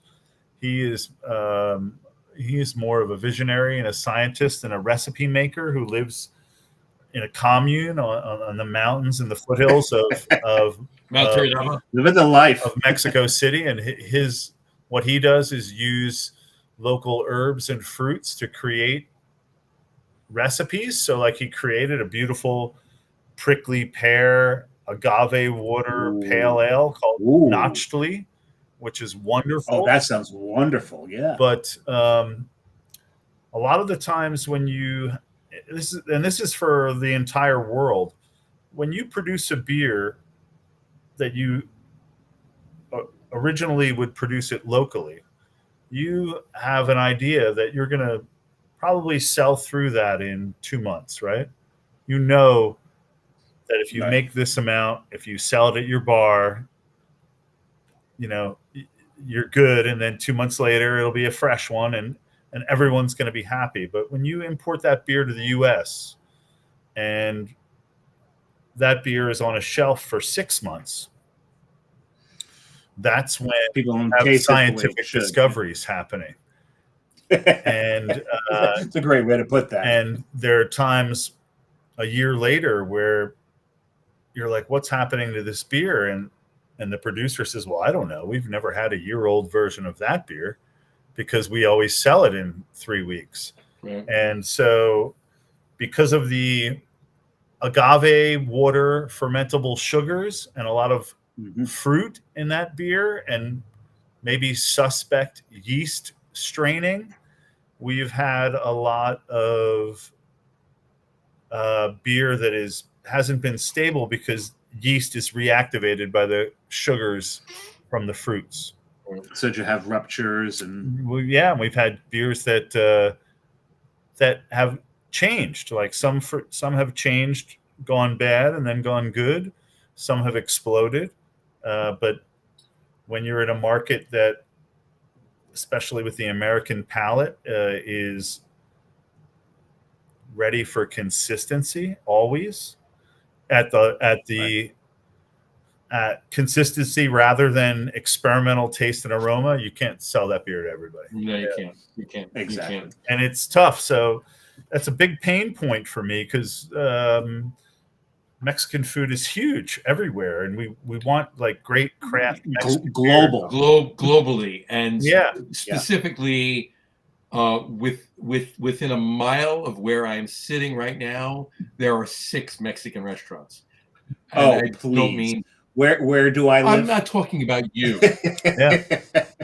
Either of you, that's a given, right? I'm in a suburban town compared to the two of you. Mike's got 6 Mexican restaurants on his block. Yeah, and I feel personally that and look, I don't shit on any brewery, but I think Monopolio is doing a great job, and that's a whole story of guys from Chicago taking a Mexican recipe and brewing it in the U.S. and making it work.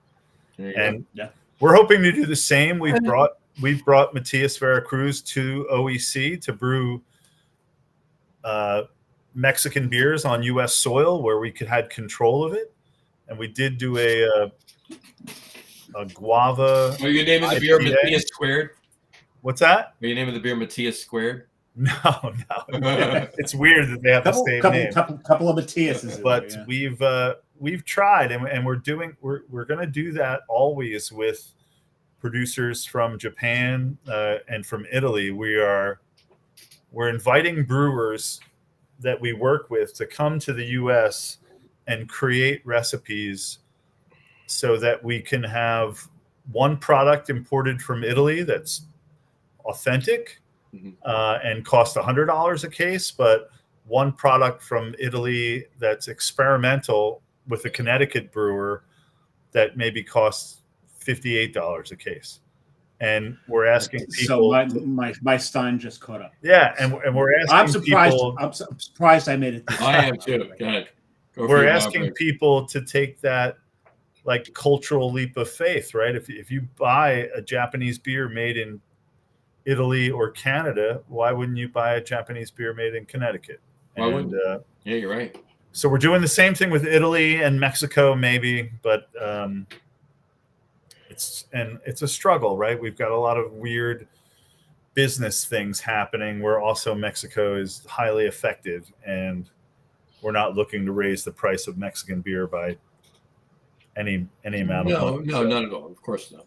We're trying to keep it consistent. There you go. While Dave's in the bathroom, I catch up on a couple of Vanessa comments really quick. She said, based on, to your point, math, she said, there you go. But she said her town is considered rural, where she is in Connecticut. And she said she will buy the version made in Connecticut, she said. Yeah, wonderful. They're going to be available. I know the Italian versions I just got sample cans of. We're going to release them soon. We'll talk about that in a second. Yeah. or after the show, one or the other. Yeah. But then, I just want to go back to this. She said, should I, and she did say tow, but should she tow her smoker down there next year? Yes. To Connecticut? No, I'm assuming she meant when we were talking about down here in cooking food. I'm assuming. Well, you know what, Vanessa, wherever you tow it to, let me know. We do have a smoker up at OEC, and if you do go up there, make sure to ask them for. We do like a under the radar smoked peanut, which we smoke with old oak staves. Oh, nice. And we smoke peanuts with their skins on. They're beautiful peanuts from Virginia. It's the best little snack when you're up there. Oh, I love it. All right, definitely. All right, Dave's back from his bio break. I think what we're talking about with food here is a perfect segue. Yeah, great. What do you think, Dave? You think it's the perfect segue? I think it's the perfect segue. In case you missed that, what did you say, Dave? I said I think. No. You said I think it's the perfect segue. Oh well, yes. Well, If I let you guys first, can I step up for a second? Oh, well, why don't you go ahead? Dave and I'll talk because you go first. You go. Yeah. Okay, so I'm off camera right now. You're off camera right now. I'll be right back. All right, there you go. So, and folks, I will mute him just in case his bathroom is nearby. Let's read some comments. I just did them while you were in the bathroom. That's what I did while you were in the bathroom. All of them? Not all, most of them. Well, because I did want to ask Vanessa Kitty, while she's watching the show, is she drinking something, and what is she drinking? She's to the ones I didn't put up. She said the ones brewed in Oxford. She will buy the Mexican lager brewed in Connecticut. Okay. She said, I sure will ask way beforehand about bringing the smoker down, which you missed. And who's going to watch the dog? I want to try those Japanese beers, and as do I, Vanessa. Vanessa, go ahead, Dave. Ask Vanessa your question. Well, like I said, if while you're watching, are you drinking beer? What are you drinking while you're watching? That's what we always want to know. Anytime anyone's watching, we want to know what they're drinking. So, but yeah, if you're still want to know who's watching the dog while you're towing the smoker. Exactly. And for all intents and purposes, as far as I'm concerned, bring the dog along. Bring the dog. We love dogs. So we love dogs, and not just smoked. Yeah, just kidding. All preparations. So, kidding. Just kidding. So he had to go there. So if you get a chance, definitely get to OEC. Be prepared to walk away with some boxes of stuff. What they have for sale in OEC. Oh my God, she is drinking a New Holland Dragon's Milk Stout. That's a beautiful beer. It's an absolutely beautiful beer. I absolutely love that beer. It might be my favorite milk stout out there. Yeah. Maybe next. There's only one. Well, it depends on how sweet. There's only one milk stout I like better than Dragon's Milk. Which one? Triple Dragon's Milk. There you go. So you guys like the sweet stout from Hitachino Nest? I was going to say the thing about the Hitachino stouts, their milk stout is the sweetest milk stout you're going to get out there. Now, I can't drink more than one of them. But boil that down and then pour it over vanilla ice cream. Yeah. It really is that sweet. So I should let you know. Is that rice sugar they use in that? What's that? I think is it rice sugar that they use in that? For sure. Yeah, I thought so. And I don't want to divert too much, but they have an espresso stout, which I don't know if you guys have had. It's also pretty sweet. But their newest stout, which was developed 2 years ago, in my opinion, the best stout is called Sakura Stout, and it's a dry stout. Rose. It's a 6.5 cherry blossom, 6.5% Sakura cask barrel aged stout. But the base liquid, wait, Sakura wood. Yeah, the base liquid is that's so cool. Is an Asahi black recipe because Toshiyuki didn't want to brew a sweet stout, so he brewed a dry stout based on that recipe. He poached a brewer from Asahi, and then aged it on the Sakura whiskey cask barrel. Oh wow! So you have a barrel-aged cherry blossom Sakura stout, but it's only 6.5%. Mike, I'm going to need that. Yeah, 6.5% alcohol. So it's a sessionable barrel-aged Japanese cherry blossom cherry stout. Amazing! I need that beer. That is, I need that in my face. It's the second last newest beer they made, besides another new beer they made, but we released it during a whiskey ceremony in 2021. We've had kind of limited cases of it. A lot of people don't know about it, but it's fantastic. And you can drink two. You can drink two in a sitting. I could probably drink 6 of those. Absolutely. Vanessa just said Sakura Stout. Oh my! Why do I hear George Takei saying "Oh my"? Oh, okay. And then I did that too well. That scares me. And then she said, "Oh, how many can I buy at once?" She said, And I'm getting down there in October. Okay, absolutely. You got to let us You know. let us know when you're going, and we need to make this happen. So. Yeah, we'll figure something Exactly. out. All right. So as we were saying before, all the bio breaks happened. Yeah. Okay. Yes. I think talking about food and everything else. I broke the seal for both Mike. You and did. Yeah, You sorry did. about that. I'm good right. I'm good right. But our top 3 list tonight is top 3 favorite Oktoberfest food and German beer pairings. Top 3 favorite Oktoberfest food and German beer pairings. Mike, you're our guest of honor tonight. Please kick us off. Do you want me to do just one or all 3? No, all 3. No, 3, all 2, 1. three. Go for it. All right, all 3. So for sure, and look, I live in the German part of New York. I have for 20 years. Schaller and Weber is my butcher, so I get all my meat there. Nice. I've done a lot of beer and meat pairings. When you say you're German butcher, you didn't say Schaller and Weber before. So I just Yeah, wanted to sorry. point that out. So my number 1 pairing always, I You're going think, 1, 2, 3. You're going. yeah, 1, 2, 3. The one that I seem to enjoy the most is going to be a nice wheat beer, and I'll choose the specific wheat beer because I'm doing it. But a Brewery Michael Planck from Lauber, Germany, Hefeweizen, unfiltered, with a Weisswurst. Hefeweiss, Weisswurst to me is a classic combination, right? That's beautiful, yeah. With there's a really great spicy curry ketchup they sell there. It's a German curry ketchup. Oh, I love that curry. Yes, it's amazing. If you get a Weisswurst, sometimes without a rolled, or put that curry ketchup on it, it's fantastic. To me, that's my number 1. I actually made that curry ketchup about 2 No, months and they Planck Hefeweizen. It's amazing. I love it. I think my number 2 will always be like either a pork knuckle or a smoked pork chop with Rausch beer. So traditional Märzen with a smoked pork meat, either the pork knuckle or the smoked pork chop they have there, which is it's fantastic. You can literally eat it off the bone, but you can also cook it in it. It tastes like as if you baked a ham, but it's a pork chop on the bone. To me, with like red cabbage and potato salad is just perfect. Kartoffelsalat. Yeah, and then my last. Hold on. With beer. Oh, that would be like a extra Lenkerler Märzen, just straightforward Rausch beer, Okay. smoked beer, smoked pork, and then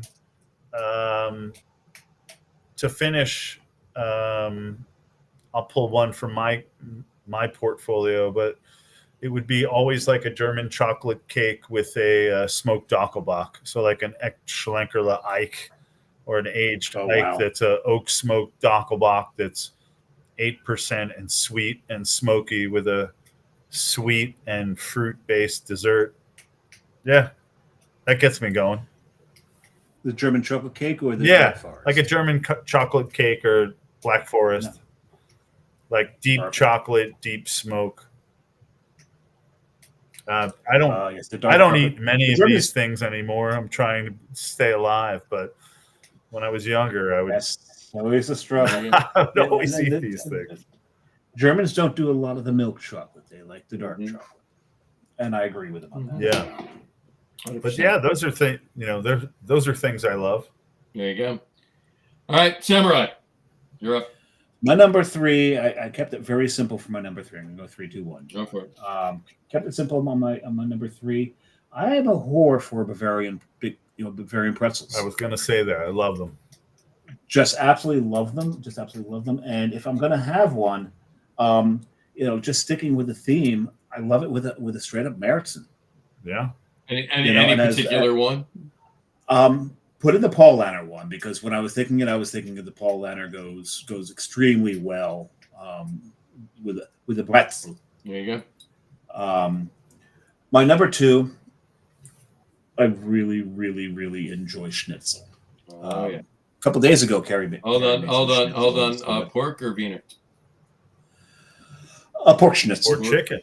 I mean, Well, we just call it cut. We just call it cut. Yeah. Yeah, we call them cutlets. There you go. Well, there is a difference between schnitzel and cutlets. A little bit, yeah. The difference is cutlets they use egg in the dredging. Schnitzel no egg in the schnitzel, yeah. No egg in the schnitzel. So, but with schnitzel, because when you get schnitzel, and if they're doing it right, they're going to bring you out lemon wedges. Sure. So if I'm going to do a schnitzel, I want a Berliner Weiss because of that acid. Nice. They do it to give that acid to cut into the frying. The problem is we're talking German beers here, and there's a lot more Berliner Weisses brewed in the U.S. right now than there is in Germany. Yeah, there's some Berliner Weisses. There are some, but there's not a lot that we're going to get here. Right, like Kindle and Berlo, we don't really see here. That's like they're two of the biggest producers of Berliner Weisses over in Germany. So I'm going to have to probably stick with just put Berliner Weiss. I'm not going to put a brewery on it, but I want a Berliner Weiss with a schnitzel. If you're ready and willing, and maybe you've had it, maybe you haven't, but a really beautiful Berliner Weiss that we bring in is Professor Fritz Bream, 1809. Premium. Yeah, I do know sour that one. Berliner Weiss, and no, but that's what it should be because you want that acidic. It's kind of it's it's literally the toughest beer to pour on keg, and we will only sell it to people who are responsible and educated to deliver that. But in a bottle, it's beautiful. Yeah, beautiful. Yeah, I gotta look for that because I know the Gruit beer. There's another one of his beers I know. I can't think of it right now, but I've heard of the Berliner Weiss. I've not had it. Yeah, so it's beautiful. It's just so bright. It's great.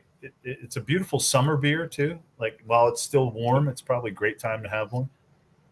Okay, can you imagine that with a schnitzel? It's going to pair perfectly. And you just have to be so very careful in opening it because the carbonation is so high that they have been explosive. Is it as bad as the Dolly's import stout? I've had those. That's not the worst Dole, in my opinion. Like for opening, really? Like I think the Dolatev gets a bit more excited. I don't think I've ever had that, but they did. Yeah. I owe the import stout. I've always opened in the sink. Yeah, you really got to. It's a very lively beer. It's I almost chill a lot of those down more than they need to be, so they can be manageable in the glass and let them warm up in the glass. Yeah. Usually, what I do is I put it in the sink. I have a glass in one hand and the bottle opener in another hand, and I try to catch as much of the fountain as I can. Yeah. It usually works out pretty well. If if you're used to it, you know what you're doing. Yeah. But yeah. If you chill it down, if you really put it in the freezer for a little bit, not to the point where it starts getting crystals, you can control it. But my number one, and this is what Mike said that Schweinsschacke, shocks. I'm not saying this right. Schweinsschacke. Pork knuckle. That is that pork knuckle. Yeah. When a pork knuckle is done right, it is absolutely one of the most beautiful things on the planet. And there's so many ways to attack that thing with a beer. And I like Mike's version of going with a Rauch on that. But for me, because you can also cut into that richness with like a lighter beer with a Helles, or something along those lines. But I like to match heavy with heavy. Nice. And for me, Aventinus with that Doppelbock, that for me is the way to go with a Schweinschacke. I agree with you, and I would have said that beer, but we broke up with them about 5 years ago. I'm so sorry that you did. And I was a massive Schneider and Son fan, and still am. But we have a new Bavarian wheat beer producer. I'm so sorry to hear that. No, but we still sell.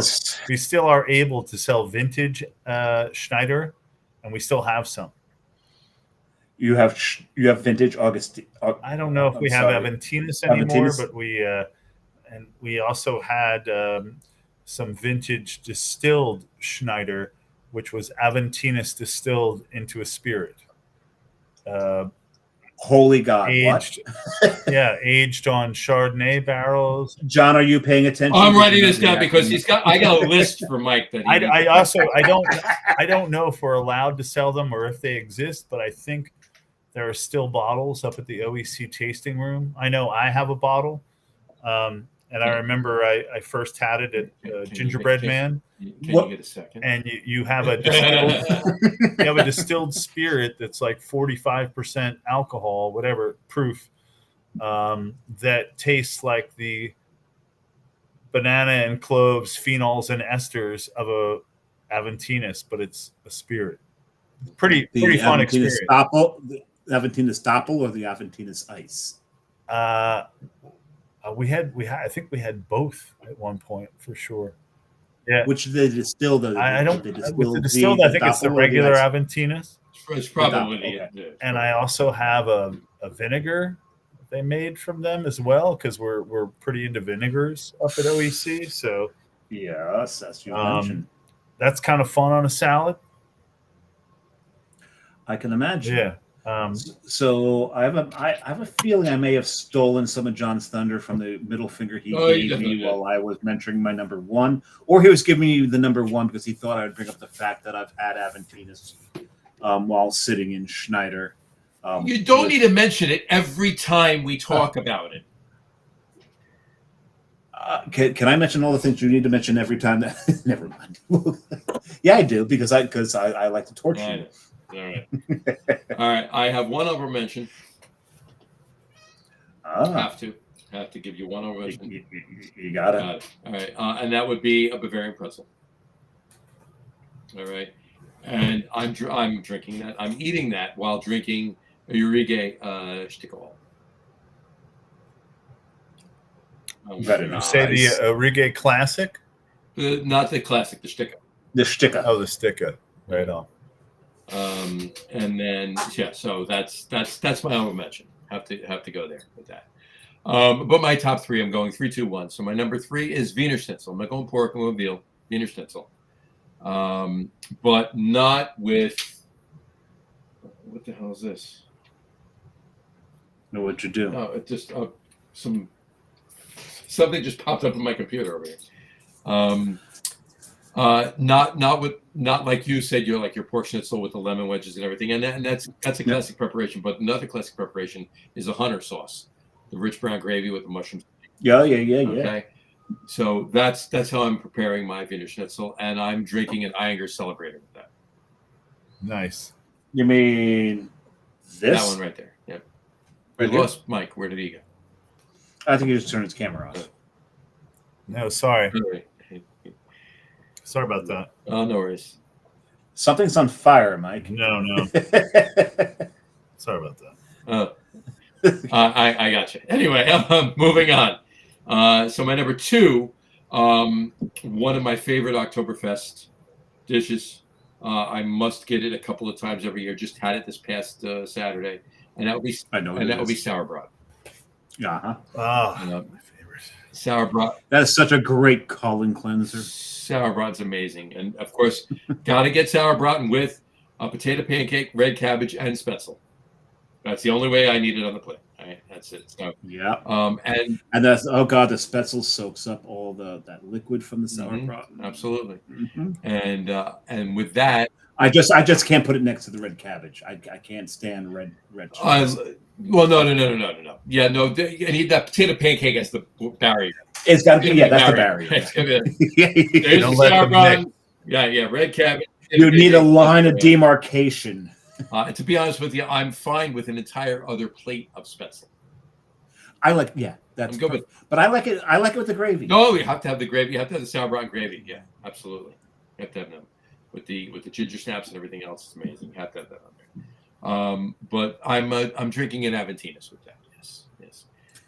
That is perfect with that. Yeah, it's one of the few beers that probably could stand. And while it is a Doppelbock, it is a Weizen Doppelbock.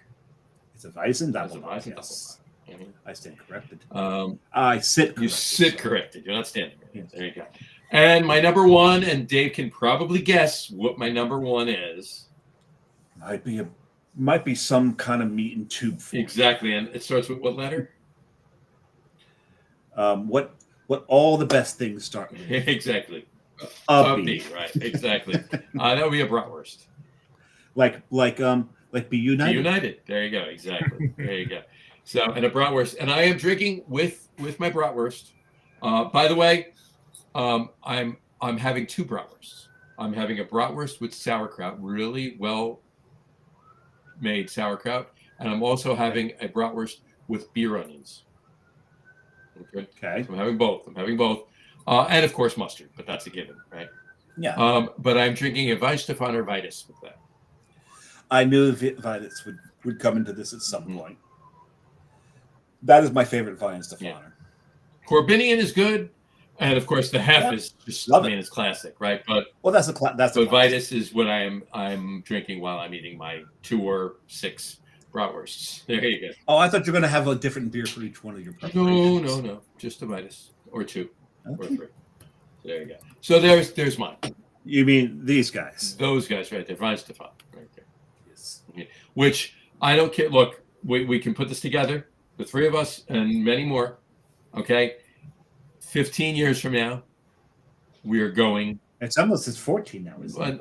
In another 3.5 months, it'll be 3. Well, no, 3 months from tomorrow, it'll be 14 years. 14 years, yeah. We have to go to Weihenstephaner. Now, other than if Mike can bring up the reasons why Hofstetter is older than Weihenstephaner. I don't know if I can prove it right now, but how much older are they? Is it much older than 1040, or is it? I think I can't remember the facts. So I think it's an Austrian. It might be. It comes down to like a working brew house versus a continuously working brew house. Fair enough. So yeah, because Weihenstephaner got bombed and rebuilt. Yeah. I think it has something to do with that, but for me, so I don't think that they are older than 1,000 years. I think they're questioning that Weihenstephaner is not approaching 1,000 years because of the break because they got bombed. Yeah, I think so. I think that has something. I think that's where it comes. I'll ask my Austrian friends who are really into beer because that's how we met. We actually met in a brewery in Montreal and see what they say. I promise you, there's a lot of people that got bombed at Weihenstephaner. I mean. I did. For me, the best thing. My favorite Weihenstephaner has always been Crystal Weiss. Mm. And Crystal Weiss is amazing. It's very good. Yeah. I cannot argue that. And it's like one of those beers that I don't see a lot of other people making, and we pitched it to Bandit OEC, like, why don't we make a Crystal Weiss? Like, no one's making them, right? And they're I'll so tell you right good. Now, the only Crystal Weiss I can get is Weihenstephaner. Yeah, and it's regularly stocked at Schaller and Weber, and I bought one today. I didn't drink it yet, but I was like, it's just one of those things that I'll always reach for if it's available, and it's so unique to Weihenstephaner that I feel like there's 1 or 2 other German breweries that do it. Maybe Plinkus. I'm not sure. I can imagine. I think they've got such a large catalog. Well, you know what? Let's find out. We have the technology to search this. So. That's a beer or that's a style to me, and I really love wheat beer. I love and if you guys love Vitus, I think you should try Brewery Michael Planck Heller Weizenbach. It's the yellow can. He is very, very concerned about his wheat and his yeast portfolio, and he really makes some beautiful flavors that may rival Schneider. Granted, I'm a home team player and rooting for my team, but they're as you should be. Amazing family. That's on the show because it's about you and they're an amazing family brewery that is 4 people strong. That's been around since the 1700s, and they make beautiful wheat beer that not a lot of people have tried. Some people have, but they're only available in cans, and sometimes people are confused by that because And what I missed. I think the wheat beer market tends to swing towards Plonk. bottles. Plonk. Michael Plonk, Brewery Michael Plonk out of Laber, Germany. Mm-hmm. They do a Heffa, they do a Heller, and they do a Dunkler. And it's white. The Dunkler's amazing too. White, yellow, and black. Mm-hmm. And they're like the father and son brewery that is mostly. Dave, I know you can get some of them. Yeah, wheat beer and ACDC. Do you? And that's all they want to do. Let me know on the side there. Yeah, they're fun people. I'll say one thing though. We were talking about getting bombed at Vian Stefan. When I took the tour there's this one guy on the tour, and he was like standing back from everybody else. Where was this tour? Sorry, Vian Stefan. Oh, Vian Stefan. And he's standing back from everybody else. He has sunglasses on, and we're in the brew house, and he's standing right next to the open windows. So I walked over to him and went, "So how hungover are you?" He goes, "So bad." Like, there's only I know where you are right now. But when we got back after the tour, they're putting the samples out. After he had about 3 of the samples, he was fine. But he was, oh my God, he was close. He was close to just sitting down in a fetal. Well, there was this guy too that you met there. So. Yes. Who's that? So that guy this was at Vian Stefan. This is on the tour. That was our tour guide. And so John, that beer in his hand, well, it's empty. It's a can of Rising Tide. That is Coastal Beer Works Rising Tide. And John gave me one of those to bring out there to have somebody hold that beer up, because Rising Tide is named after the town of Rising, of course. The best part about this is that guy right there. He's from Pennsylvania. I love it. So he was very excited to be holding a beer can from New Jersey while doing the English tour at Vian Stefan on a Wednesday, because it's the only time they do the English tour.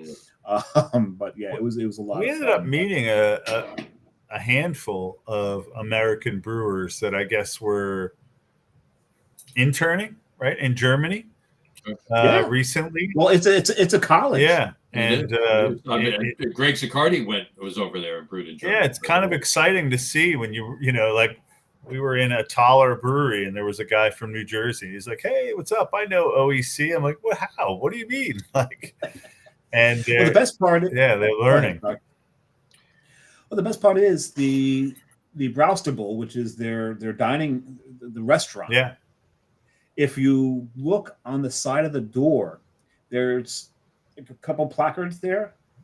It actually has a room number, and that room number is for the college. So a lot of times when people will say, "Oh, can you do this?" Like, no, I've got a class in room whatever the room number is for the Braustable at 3. It just means they're going there to drink. But it actually has a room number for the college, because every now and then they will do lectures in the restaurant. Nice. I think it's probably beer pairings or something along those lines. So it's became a joke amongst the students that they've got a class at the Braustable. Yeah, it's and that's the best meal I had was. Vanessa just commented a little bit ago. She goes, "Thank you for having Mike on the show. This has been fantastic." Absolutely. Right on. Thanks, Vanessa. And she said, "I miss the butchers in New York." Yeah. Oh, some of the best butchers in the country. The smoked meats are my downfall. Yeah. I'm skipping over a couple. And she said, smoked beefs, smoked fish, smoked turkeys soon. Yes, common. And she recently found a 15-year-old aged cheddar. I gotta look at that. Cheddar is coming for the holidays, she said. Have you ever smoked a moose? Just curious. But it's hard to get into the bowl. It's hard to get them lit. Yes. They walk through swamps. They're so damp. It's really hard to light those things. Gotta love it. All right, Mike. What's coming up release wise for OEC? Import wise for Be United, vintages that are being released. Yeah, so like I mentioned earlier, the OEC, or maybe I did, the OEC brew house was down for about 4 weeks with a mechanical problem. I'm opening my fourth beer anyway. So we are releasing OEC Cool Ship Lager and Lager Black, which might be our best beer that we make. A Czech style black lager that is not sweet and finishes dry and is 5%. One of our best beers. And then we're starting to ramp up on some of our bigger beers, but we are now canning our English series, which starts with Hidalgo, which is a best bitter. And great beer. We're gonna do Trifaldi, which is an oatmeal stout, and then one other bitter that we're going to do, can, keg, and we're going to put a few in firkins and pins. So, nice. I'm going to start going to the accounts that like to do a little cask ale, which I think we do some really nice stuff. And as far as the imports, it's just a lot more coming from Germany. I mentioned the new Schlenkerla. We have, I think, a new beer from Italer, the Benedictine monks in Ital. It's the Mythos, which is their Märzen. Oh, nice. And then we'll have the Curator, which is their 9% Doppelbock made just for the USA, like more of a Christmassy type beer. A lot of stuff coming in from Italy, some obscure BFM beers from Switzerland, lots of cool ciders, and then like some of the most amazing beers from all over Asia in the world in keg and can and bottle. The hits keep hitting. Now, I need to ask. I have to ask this. Do they still make My Blueberry Nightmare? It's funny you ask that because it's probably one of my favorite beers, and I beer, but it's very divisive beer, isn't it? Say that again. It's very divisive. People either hate that beer or love it. Giovanni from Del Ducato, who's no longer there, he moved on. He's in a spirits company. His name's not Matthias. No. He invented that beer, and Giovanni's a good name, by the way.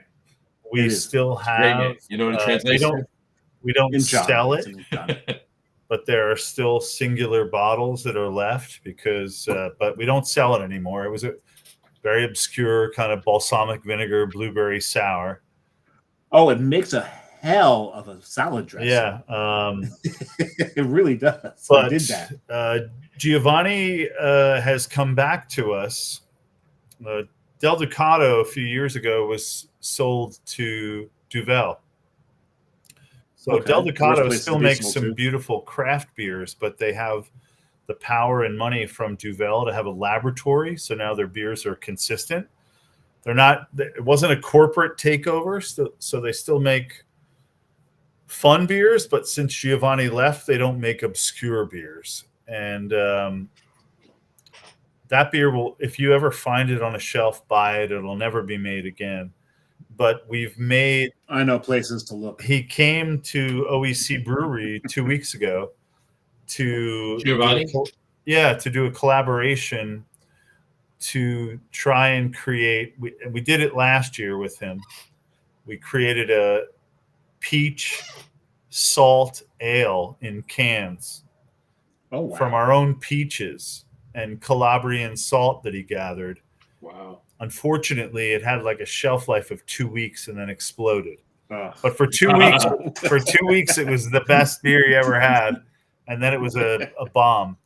But he came and we made 3 different beers recently that we're releasing that are all tied into Italian ingredients and fruits from OEC.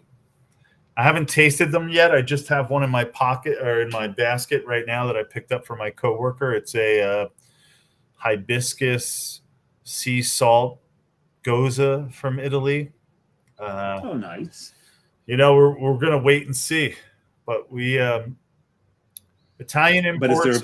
is there a blueberry one? No, I don't think you'll ever see that beer again, unless you find it that's a in the shame. wild. And we don't have any in the Wild warehouse. blueberry nightmare. There you go. Yeah, we don't have any. John, we don't have any in the warehouse. I've checked, but John and I know places that don't rotate very well. That have an old dusty. Yeah, those are places. The thing is, there's places I've gone where you've got those bottles with the dust, and then the person that owns it starts to wipe the dust. Like, no, leave that dust on there. I will say several, and I don't think this is like disclosing anything. Several locations of De Chico's in upstate New York, Westchester, have a great abundance of obscure Italian ales that they've aged that could taste very good. There you go. I'm thinking road trip soon. Yeah, and because there's the place I'm talking about is in New York. The place you're talking about is just above 90 Wet. Yeah, and they're you know Cable Beverage. Yeah, a lot of the people there are very nice about talking about it. So you could probably do it on a phone call before you go. Yes, I have talked to them a couple of times before I've made a run up there. But the thing is, I'll run up there blind because you just go through the shelves. You're going to find treasures if you have the patience. Yeah. I will say, too, if you're into it, we finally got a pallet of Del Ducato Verde back, which is a beer that I don't know that one. Not a lot of people have tried. It's an Italian imperial stout from Parma, Italy. Yes. Oh, and it's road trip. Got it. Yeah. It's made with Calabrian chili peppers. And I just clicked on it. There's chocolate involved. Yeah, Del Ducato. What is it? It's called Del Ducato Verde, named after the Italian word for green, which makes Giuseppe Verdi. He grew up. He grew up in Soragna, which is where the brewery is located down the street. That makes sense. And it's their chocolatey Calabrian chili stout that. So it's almost a Mexican stout. Yeah, well, it's not like Mexican cake by any means. No, I'm talking about Mexican cake, a true dry. Yeah, Mexican not like the Westbrook one, but it's chocolate chili one. It's very balanced. It's very balanced. Yeah, which a true Mexican stout should be. Yeah, yes. A lot of complaints I have are like, "Come on, man! I wanted to burn my mouth like a ghost pepper." And sorry. It's not that one. Do that. So I would enjoy that experience as well. No, this is something I would definitely. We just got it back in stock, and I always feel like a new bottle of these beers tastes better than a year-old bottle. John, are you getting any of that? I'm writing it all down. It's the regular imperial stout. The Verde Imperial. Verde. Kind of a fun, now that I'm leaning into the Christmas season, so my palates are skewing towards fall and Christmas. So it's kind of where I was going with that. What are we looking at for Christmas? You mentioned the one. Well, we always do. We always get involved with the Dola Still Knocked, which is their Christmas beer. We always start pushing for fall. A brewery that we've worked with for many years out of Chieri, Italy, Grotto Plato, and we do something called Strada San Felice, which is their amber ale made out of chestnuts. Ooh. And then we do a chocolate oatmeal stout called Chocorubica, which are also like great Christmassy beers. And then we always lean heavy into the J.W. Lee's barley wines for Christmas. You just made John's mouth water. And then for Italy, we have Baladin, which makes a couple of Christmas beers. They make a Lyon, which is a dark Belgian. And then they make something called Noël. And every 2 years, they change the recipe. This year, Noël is a 750 with orange and dark cacao. And it's a Belgian strong ale that comes in a 750 wax. I'm sitting on a bottle of Noël that John's not letting me drink unless I drink with him. And then it's by the time we get to drink this together, it's going to be bad. So John, it holds up. and then you guys, See, it may holds or up. may It holds up. See, yeah, Yeah. This is like this was like 4 years old, I think. it should be fine. Which is it? Is it cacao? Most likely cacao. Let me pull it out. I think it should be the dark chocolate cacao. It should be fine. And then we also do which a lot of people don't know about. We do a panettone from Baladin, where they infuse the panettone with a beer that they turn into a spirit, or beer that they turn into a vermouth. that's fantastic. Let's see which one this is. It is this fun. Yeah, chocolat. Yeah, that's the dark chocolate from like 4 years ago. Beautiful. Yeah. It totally holds up. You could drink it 10 years from now. It's going to be great. Just don't cut your finger off with the wax. There you go. The wax the wax is the toughest part of that bottle. The wax is intact. And if we're gonna drink it 2 years from now, start cutting the wax now, and then you'll be good. No. And look at the dust. There is dust all over this. The easiest way to open that is actually it's a bottle cap. So if you can get your bottle opener to pop the cap and then peel the wax, you won't cut. Well, usually when I have wax like this, I just cut a pull up. Yeah. But you can carve under that and get under it. My biggest pet peeve is wax on bottles. Okay, it's not worth the extra money, and I always cut my fingers. Exactly. And Vanessa just said, her list of beers to hunt down for the holidays is greatly expanded from this show. Thank you.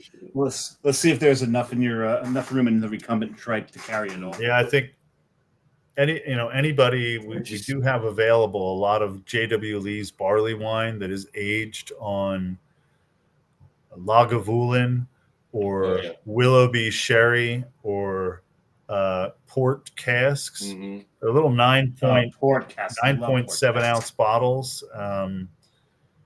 Sharing one of those and a Christmas dessert is like otherworldly. Oh yeah, it's amazing. JWs, they're fantastic. Great. Although the Lagavulin might have to get a hold of one of those too. Yeah, we have we get. Well, we'll talk later, but yeah. But in any event, all right. I'm rambling. No, I love it. I love every bit of it. A lot of good information. Absolutely. All right. Any parting words of wisdom about Be United OEC, or just you in general and the show in general? Well, I know we were heavy on the German beers, but you guys, it's that time of year. Parting words of wisdom is just be open and keep trying new beer and make it fun and inclusive, and try things that you may not normally try. Experiment. Right. The one thing about Be United and me and my life and all of this is that if we can't create an environment where we are trying to be innovative, but it's okay to fail, then we're never going to move forward. Never. And we've always tried to be experimental and scientific and thoughtful in creating new experiences. And hopefully some people will respond to that. And while the rest of the world is maybe doing something else, right? And it doesn't have to be alcoholic. We're really, as much as I love beer and spirits, we're really leaning into different non-alcoholic options from Japan, from Italy, from Hong Kong, trying to get people to just get out of the tidal wave of mass-produced products that we all love, but maybe we can do something else with. You're not wrong. Absolutely. Amen to that. And I just opened the fourth, so we're going to be talking a couple minutes after I end the show. But I had mine already. Sorry. Oh, there you go. And he crushed it like Quint. I did. Crushed it like Quint. There you go. That's one of my favorites. That's fantastic. All right, Mike, stick around because we got a couple things to talk about after the show. But thank you so much for coming on the show. It's been amazing. Even Vanessa just said too. Hold on. Let me throw up her comment. Lots of notes from the show. Awesome. Yeah, I've got some as well. Glad people like it. Absolutely.